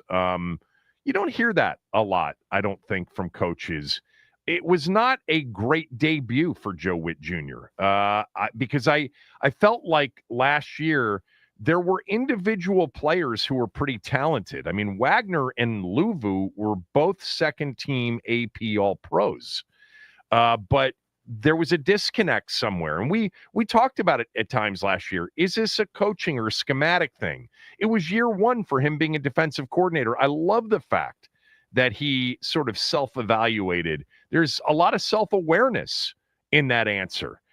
This was another question that followed up on it, on what traits he's emphasizing in camp to define the defense of this upcoming season. Coach, so much of this identity in this defense is fast and physical.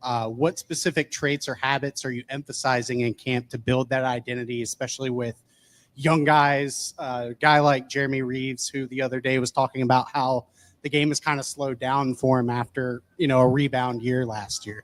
Yeah, we talk about mind speed. So if we can think fast, we can play fast.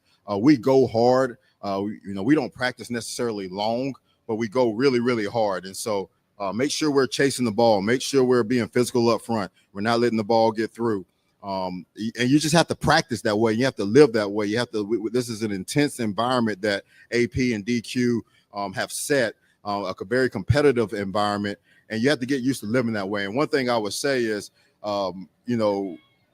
everybody in that defensive room lives that way for real. In the past, there might have been some resistors that, there's nobody. I mean, everybody gets down the way that we want to get down right now. And so, and that's fun. And that's fun to go. So I'm excited about this next pocket of going against the Patriots and being where our feet are and seeing how the next couple of days go. Joe Whitt Jr. from earlier this week. I thought both of those, especially the first soundbite, was worth playing.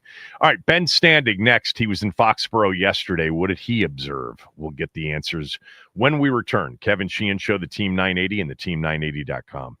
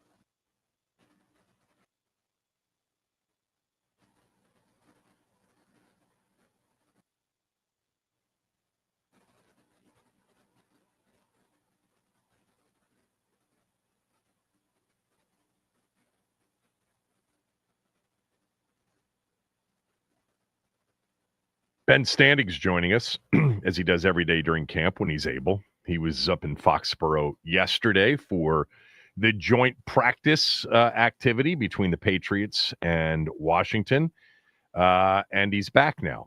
Ben has a Substack account called Last Man Standig. His podcast is called Last Man Standig, and you can follow Ben on X on Twitter at Ben Standig. So I saw you basically in your recap, social media-wise, just tweet out a bunch of emojis next to names. So rather than emojiing us, because that's difficult to do on radio, tell us what stood out. Go ahead through your list. Sure. I may forget somebody I had on there, but yeah. Lamar, well, let me start with some positives. Laramie Tunsil, I think that was the biggest move that they really made this offseason, right? Because you're bringing in, guys, a premier player at a position of, very, very important position to help Jayden Daniels and the team in general. Interesting moment in Tunsil's career. Why is Houston moving on from him, et cetera. But we haven't really seen a ton of him yet. He skipped most of the offseason program except for mini camp, and then he didn't even play every day there. It's been kind of a quiet summer, not in a bad way. Just we haven't seen him do much. So now he gets out there against another team, and it really did at times look like it was almost like it was just so easy for him to envelop whoever was coming at him. Like you'd watch the other linemen against the Patriots defensive line, and you could see somebody working really hard to try to keep up or win the battle, and that's appropriate. And with him, it was like, here comes the pass rusher. He sticks out his hand, the guy falls to the ground, and it's all over. So I think seeing that in that way, and again, it was a practice, all that stuff. But it's why they acquire a guy like that in the first place. And then on the other side of the line, they had Josh Connerly at right tackle. Andrew Wiley was playing left guard with Brandon Coleman out.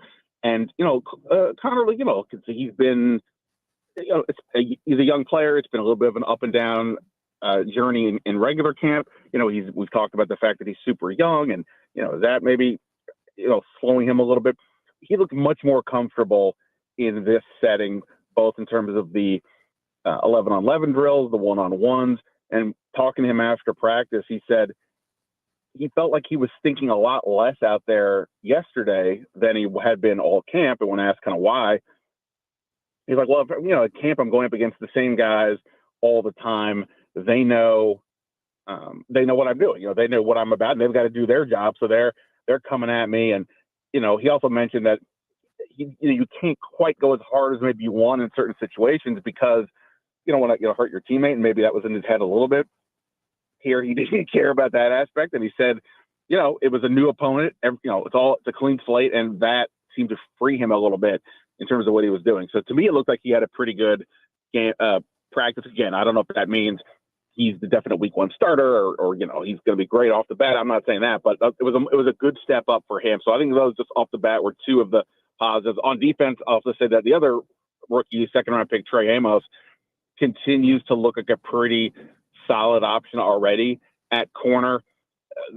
I would say the New England's offense got the better of Washington from what I could see. You can't watch every single play.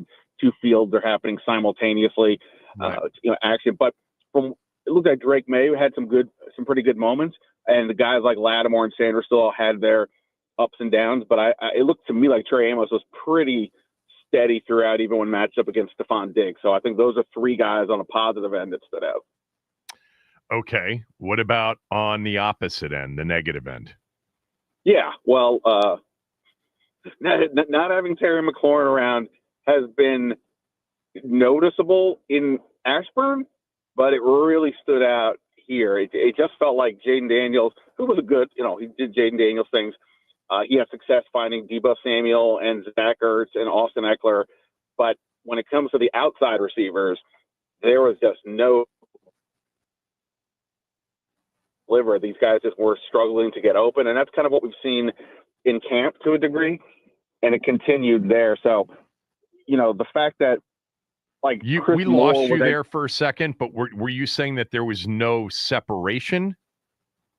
Yeah, the receivers were just not getting open. It wasn't like Jayden was overthrowing or underthrowing them, or guys were dropping. It's just like they just weren't getting open. Chris Moore basically was this quote unquote starter. No Terry McLaurin, no Noah Brown. So you had Chris Moore as a guy with the first unit. Look, he's a guy who's been in this league. He's had some success. He's 32 years old. He should not be your starter. And, we understand that right now it's a little bit of an odd scenario, but the point is also from a depth perspective, like, well, who do they have that could step up? No, it's not like Noah Brown is a picture of health that he's going to be guaranteed to play all 17 games. And on the outside right now, it is a little questionable. Luke McCaffrey is, there's progress, but I wouldn't feel too great if he had to play a lot of snaps right now. Jalen Lane looks good, but he's more of a slot guy, as is Debo. And, Michael Gallup, again, I don't know where the upside necessarily is there. KJ Osborne has been quiet as he was last year. So I think that part of the receiver room is definitely looking a little shaky. It may not matter if Terry is back and Noah Brown's healthy with Debo Samuel and Jalen Lane. Like, that's a pretty good 4. But we're not in that situation right this minute. And until the Terry situation is resolved, until Noah Brown is playing again, I think it's something you definitely have to question. Right. But again, like we say, putting it in the proper sort of reality context, Terry is going to play, when we get to the opener. We just hope it wraps up sooner rather than later. I am curious because you just listed the 4 receivers you think will be on the field, because, you typically look at the 4. There are 5 sometimes active, sometimes more than that on game day. But Terry, Noah on the outside, Debo's your slot, and then Jalen Lane is also a slot. So are those the 4 that you think are suited up and are in the lineup? Depending on, two wides, you've got, Terry and Noah Brown. You got Debo somewhere maybe, certainly in 3 wide receiver sets, but Jalen Lane ends up being a slot guy primarily, but he's the 4th that contributes on game day. Is that what you just gave me? Your best guess? Like, Lane's going to be in the rotation when we get to September 7th. I mean, he's certainly going to be active because it looks like he'll be the punt returner. That would be my guess. Yeah. So, but yeah, I mean, he's again, you take training camp practices for what they are. He's the other one besides Debo who's been making plays down the field. Obviously, they drafted him for that 4.34 40 speed, and that's an element they want to get some bigger plays out of. And last year they had a lot of success with a fast guy in De'Ami Brown getting down the field. Now maybe you have a little guy, a player who's maybe going to be a little more potential right now as an actual receiver, and maybe even a little bit faster. So he's looked good. I guess my thing is, you're right, Terry's going to be back. We're anticipating that at some point. I guess my thing is that last year's group, and I had somebody in my Substack questioning me about this when I was saying that this group didn't look that good. He's like, come on, were you really saying that De'Ami Brown and Olamide Zaccheaus at this point last year were good? And I was like, well, here's the thing. De'Ami Brown, we knew he could run fast. He was the very first play that we all watched Jayden Daniels in front of our eyes in an actual game was Jayden Daniels audibling to throw a 41-yard pass to De'Ami Brown down the field. They could utilize his speed. Zaccheaus was good all camp. And again, a younger guy who's athletic. They don't have that right now. McCaffrey would be sort of the one guy who is not developed, but who maybe has that upside, but we're not there yet. He hasn't shown enough. So, I think that's where I sort of worry. But yes, I think those are the 4. And look, they used, they had Eckler at one point yesterday, kind of lined out at receiver. You can, of course, Zach Ertz is feeling like a cheat code right now. He and Jayden are just completely in sync as that we saw last year, and feels like they're even ahead of the curve right now. Ben Sinnott is, I think, a little bit further ahead than McCaffrey, but still sort of that, developing point of view. But if they feel more comfortable with him, maybe he's out there with Ertz at times. So they can do a few other things. But if we're talking getting the ball down the field, it right now is feeling like it's Terry or bust, or, if Noah Brown can play, okay. But that's, that's on the outside. That's kind of where it is. And that's why right now it's feels a little shaky. Talking to Ben Standig. I'm just curious because I liked KJ Osborne when he was in Minnesota, and when they signed him late in the season last year, it's hard for there to be a real opportunity when you come in that late. Now he's had a whole off season, including in the midst of a whole training camp. He, by the way, worked out of the slot a lot in Minnesota as well. But I'm just curious, is he a player still or not? He's just 28 years old. He was a good route runner in Minnesota. Yeah, well, he signed with New England last year. Seemed like a good opportunity. The Patriots weren't, exactly flush with receivers, and it just didn't work out at all, to the point that the Patriots release him. Washington brings him in, and we're thinking, okay, like you said, he's a guy that's had success. Noah Brown is out for the year. Could this be a guy who fills in? And he basically didn't play the whole time he was here. Right. And that was a sign of something. It's not just New England. He just wasn't working out here. And look, I mean, he caught a touchdown pass from Jayden a few practices ago, I recall, kind of streaking down the left sideline and got open. But by and large, he's been pretty quiet. And I wouldn't say right now I'd feel good like that he would be out there in game situation. But again, I don't feel great about any of those guys right now beyond the top four that we discussed. So he's a name and it feels good. I'll say this in terms of, they have a few of these younger guys in camp, the undrafted free agent types like Ja'Cory Brooks. I think this game tomorrow is actually a pretty good opportunity for these guys. Him as a kid, it's Michael, I think it's pronounced Strachan. His other kid, Jacoby Jones, he caught a touchdown yesterday from Josh Johnson. I think this is an actual opportunity for those guys to step up, because if they can show anything as younger athletic players, it might be enough of an opening, because it's not that they have to be a complete polished receiver. Can you do this one specific thing? Catch the ball in the red zone, have speed. Based on what else they have a receiver, I think there's an opportunity if they want to shoot for upside, because right now I don't think it's like they have enough steady options anyway. Sticking with offense here for just a moment, because yesterday's probably this one and the one they'll have with Baltimore before the final preseason game. These are the two biggest opportunities to observe and maybe learn something.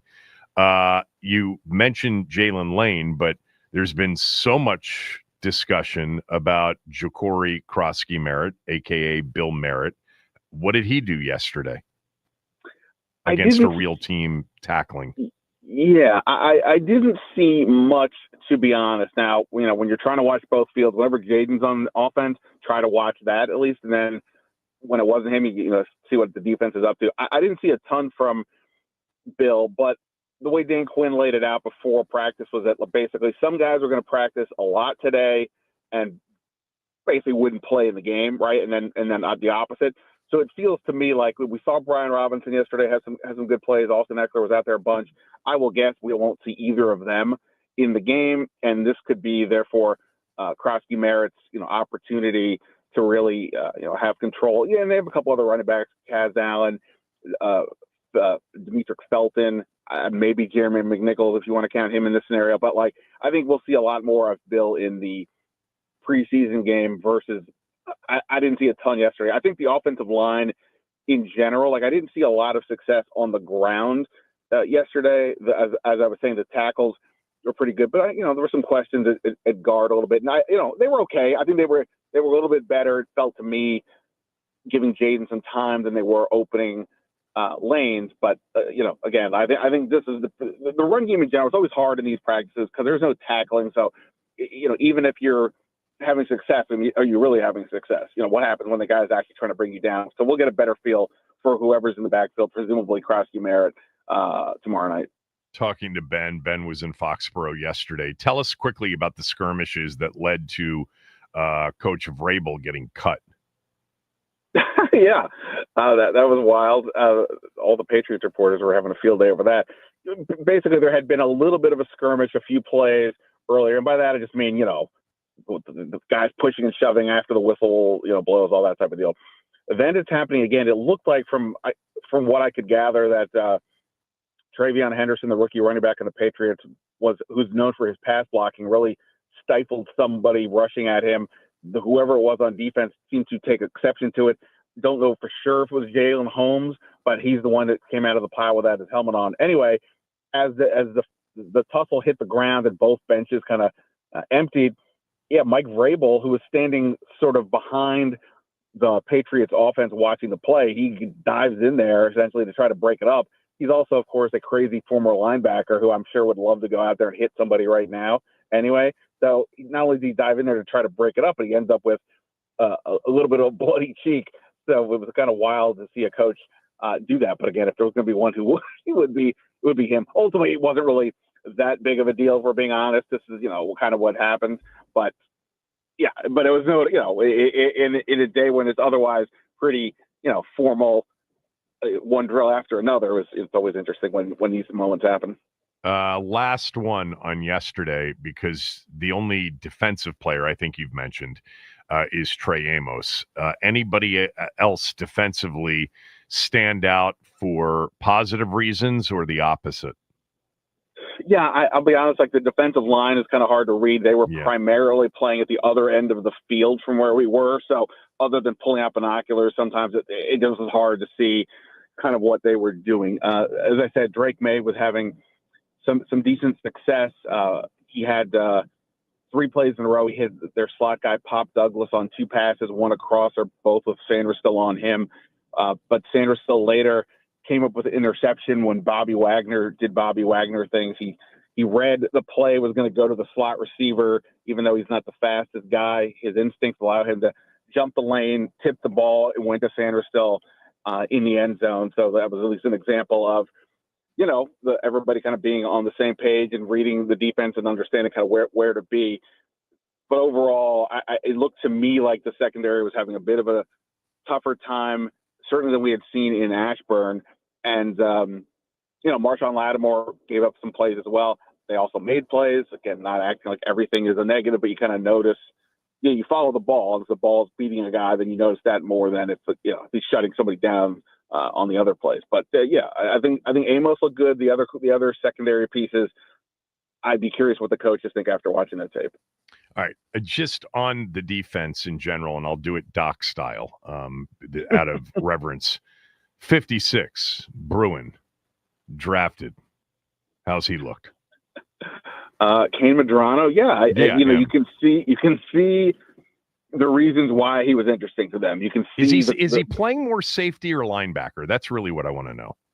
I would say more linebacker. Again, when he's out there, it's typically with the second or the third team, right? So it's not, they can use him. I don't necessarily know how they're going to use him if Bobby Wagner and Frankie Louvu were out there, but in this context, he's been playing linebacker. You can see the speed.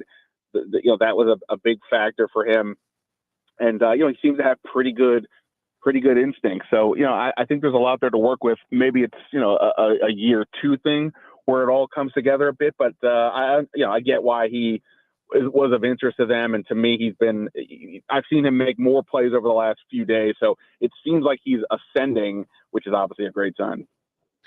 All right. Tomorrow night, no starters are going to play either side of the ball. Is that the deal? That's the assumption. I mean, he didn't say that flat out, but I would doubt it. I mean, anybody who's like over 30 or a starter, I would be surprised to see them at all. Could Josh Connerly or Trey Amos play just because they're rookies and get them in their first sort of game? Yeah, maybe that type of deal. But I would be surprised if anybody who we know to be a real stable presence is going to be out there.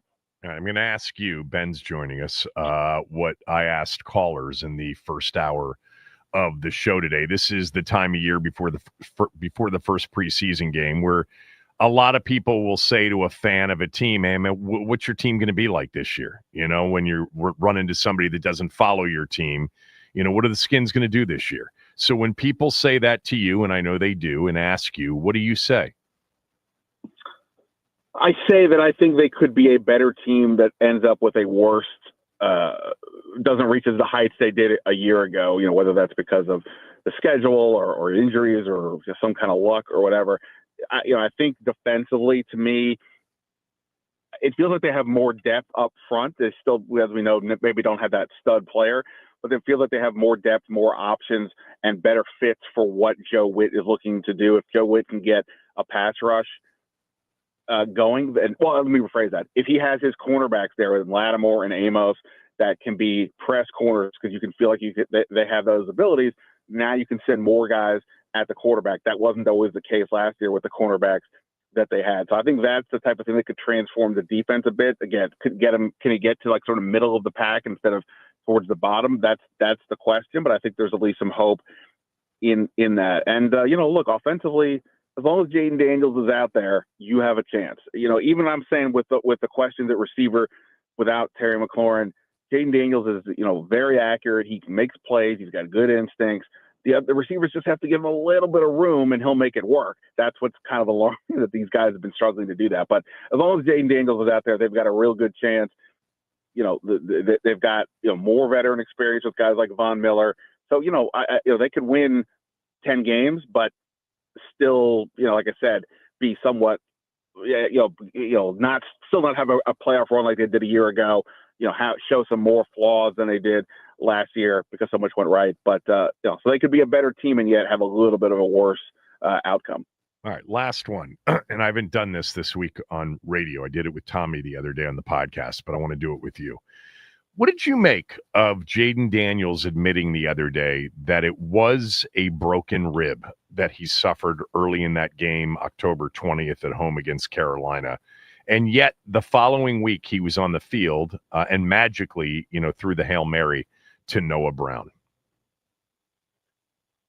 Yeah, I mean, look, it as we know, it felt like they were not telling us the full story, right? At that point, like it was very vague, explanations of what happened, and obviously they're going to be protective of the player, be as covert as possible for the opponent.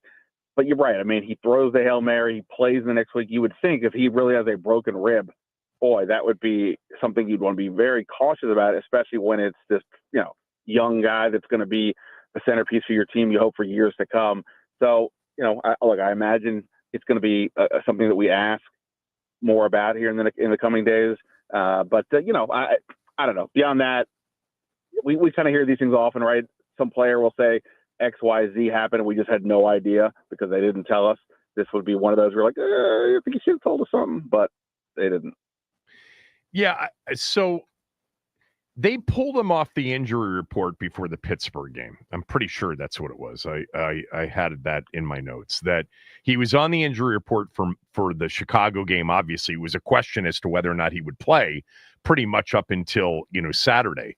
And then the following week was the game in the Meadowlands against the Giants, a game in which, by the way, he played exceptionally well and had, I think, his second or third highest QBR of the season in that game. And then they pulled him off the injury report, and they emphasized that he's fine. He's 100% now, or he would be on the injury report.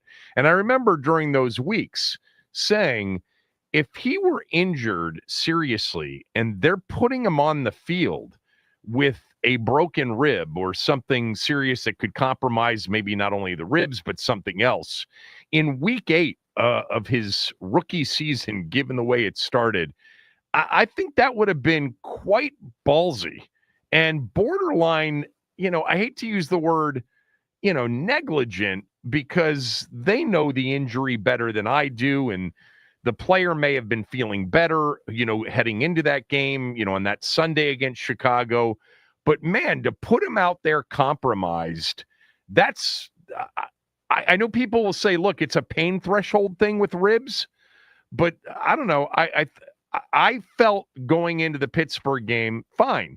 And he didn't play as well against Pittsburgh, didn't play that well against Philly. I chalked it up more to, hey, that's Vic Fangio. That's Philadelphia's defense, and that's 4 days of prep.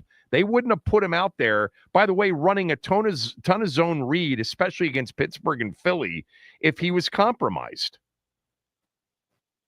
Yeah, no, I'm with you. I mean, you would have thought they would have leaned towards caution, not just because, he's the starting quarterback, but because of the long-term aspirations. Is it possible because they had such a successful start, they didn't want to, they were leaning more into going forward, so to speak. They make the Lattimore trade as another example of it, not recognizing they've got an opportunity here. But you would like to think that they wouldn't have put him out there if it would cause any more damage, and that's why maybe him saying broken as opposed to some other medical term that would be not as not sounding as bad is more applicable. But yeah, you would like to think that they wouldn't have put him out there if it was going to compromise him, like you said.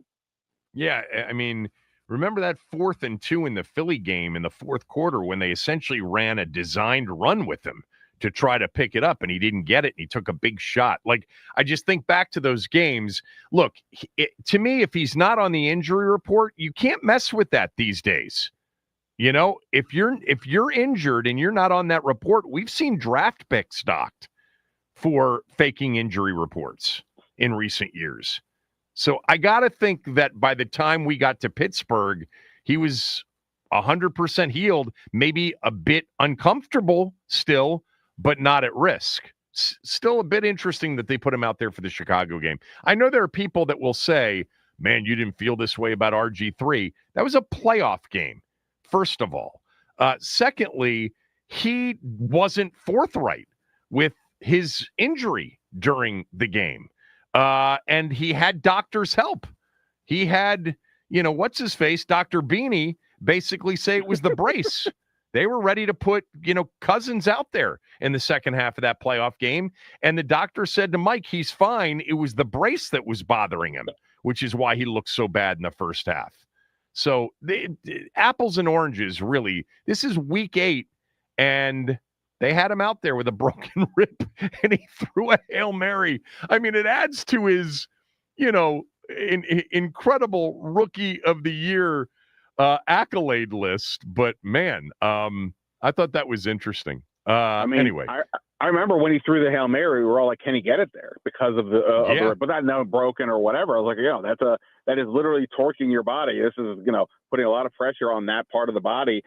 Obviously, he got it done, but I wonder if they shot him up before the game, if they numbed it up. We may never know until he is in some other Madden, highlight thing and he blurts it out by mistake. I don't know. Yeah, I mean, in that Chicago game, he had 8 carries for 52 yards. They didn't shy away play calling wise. No, I forget what number of those were scrambles versus designed or option runs, but I know in against the Eagles, they were running them, by the time we got to that game. Anyway, just interesting to look back. I mean, all's well that ends well. But in the moment, I bet you there was some real debate leading into that Chicago game. Yeah, and I would also say, like, if this is, if he really did have the broken rib and all these things, that's only going to endear him more to his teammates. The quarterback is always like concerned of like, okay, how do I know I have to stay upright and avoid harm's way, but I also have to show my teammates that I'm willing to go for it, whatever that means. So for him to play and then do what he did, that goes a long way towards getting your teammates. Endears him to fans. Endears him to me. I mean, everybody. But we're not the ones that are, charged with protecting him. And I would have loved to. I mean, there's a story there about the lead into that Chicago game and making the decision to play him with a broken rib that I bet was hotly debated inside that building if it was legitimately broken. No doubt. There had to be some people going, "What are we doing here?" Or we can't do this. But obviously they did. Unless somebody says, "Look, it's a pain tolerance thing," which it is with ribs. Can't really mess it up any further. We think he can, stand it. Anyway, all right. Thanks. Talk to you tomorrow. Appreciate it. Of course. See you. Ben Standig, everybody.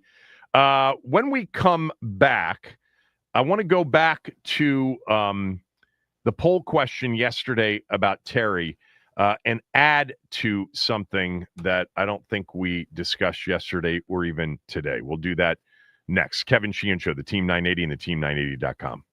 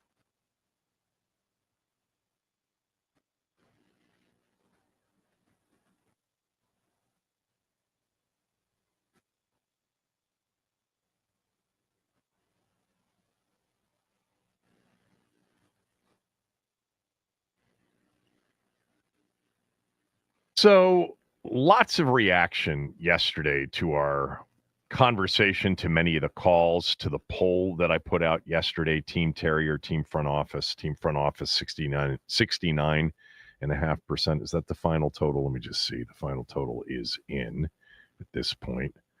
Yeah, the final total was 69.5% Team Front Office, 30.5%, Team Terry. So there were so many reactions to this, so many responses to the poll itself. A consistent theme in the responses to the poll is, why not include a third option that you are both Team Terry and Team Front Office? I guess I could have done that, and then I could have included a fourth option.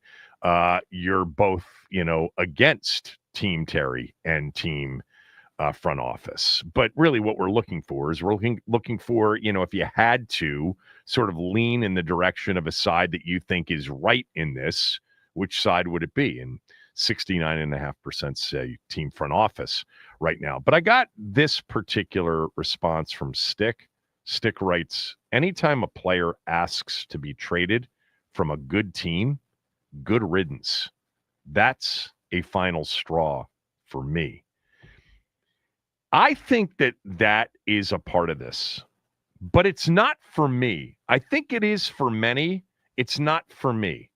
I think the team had so much success last year. We're in a different spot. There was a couple of years ago when, remember, it was Christmas Eve and the team cut DJ Swearinger because he literally was, he just basically there was no ability to manage him.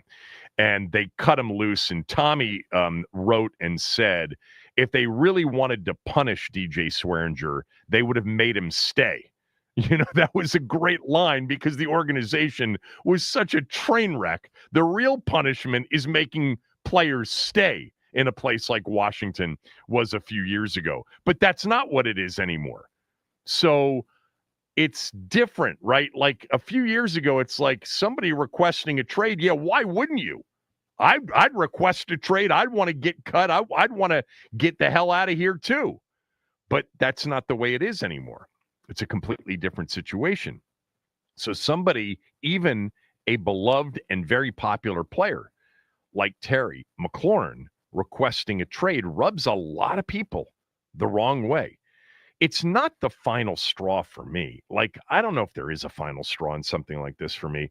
I guess if he were to hold out of regular season games. Look, requesting a trade to me is stock and trade in these situations. This is by the playbook in these situations. We see it every offseason, every summer in the NFL, with players who are unhappy with their contract, threatening to hold out, can't get a deal done.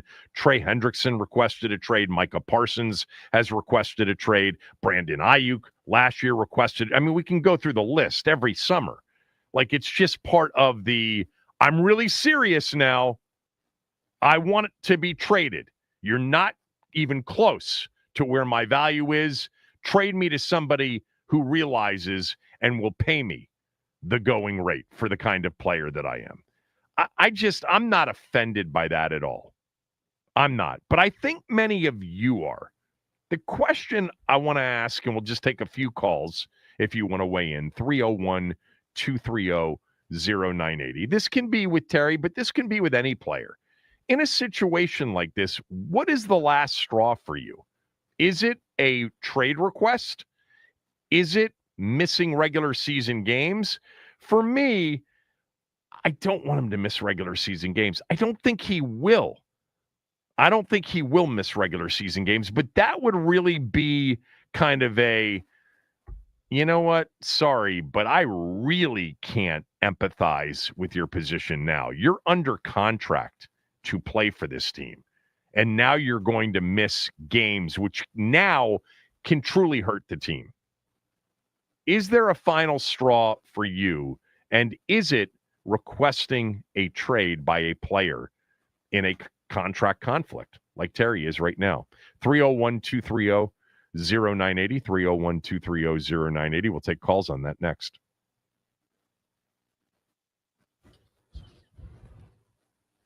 All right, here's what's happening right now. The Washington Nationals are currently down by a score of 3-0 at the bottom of the third inning. Dalen Lyle currently at bat. The count is 1-2. No outs for the Nats. 3-0 is the score. The Athletics lead the Washington Nationals. And after yesterday, it was widely reported that the NFL has banned smelling salts. Turns out everybody was wrong. The ban on smelling salts only extends to teams that will be providing them to players. Players are still able to bring their own smelling salts, and justice has been restored. The Boston Red Sox, they reached a deal to extend the number one prospect in baseball. Rookie outfielder Roman Anthony signs an 8-year extension with the club worth $130 million and could max out somewhere near $230 million. Plus, last night, the Nats, they beat the A's 2-1. C.J. Abrams walked it off in the bottom of the ninth. The Nats snapped a 6-game losing streak, including a historically bad series versus the Milwaukee Brewers. Right now, as I said before, down 3-0 to the A's today. This update is sponsored by the Team 980 YouTube page. Just open the app, type in the Team 980, hit subscribe. Kevin Sheehan is live from 10 to 1 and Craig Hoffman from 4 to 7. Don't forget to like the stream and turn on notifications to stay up to date on all things DC sports. And that is what's trending.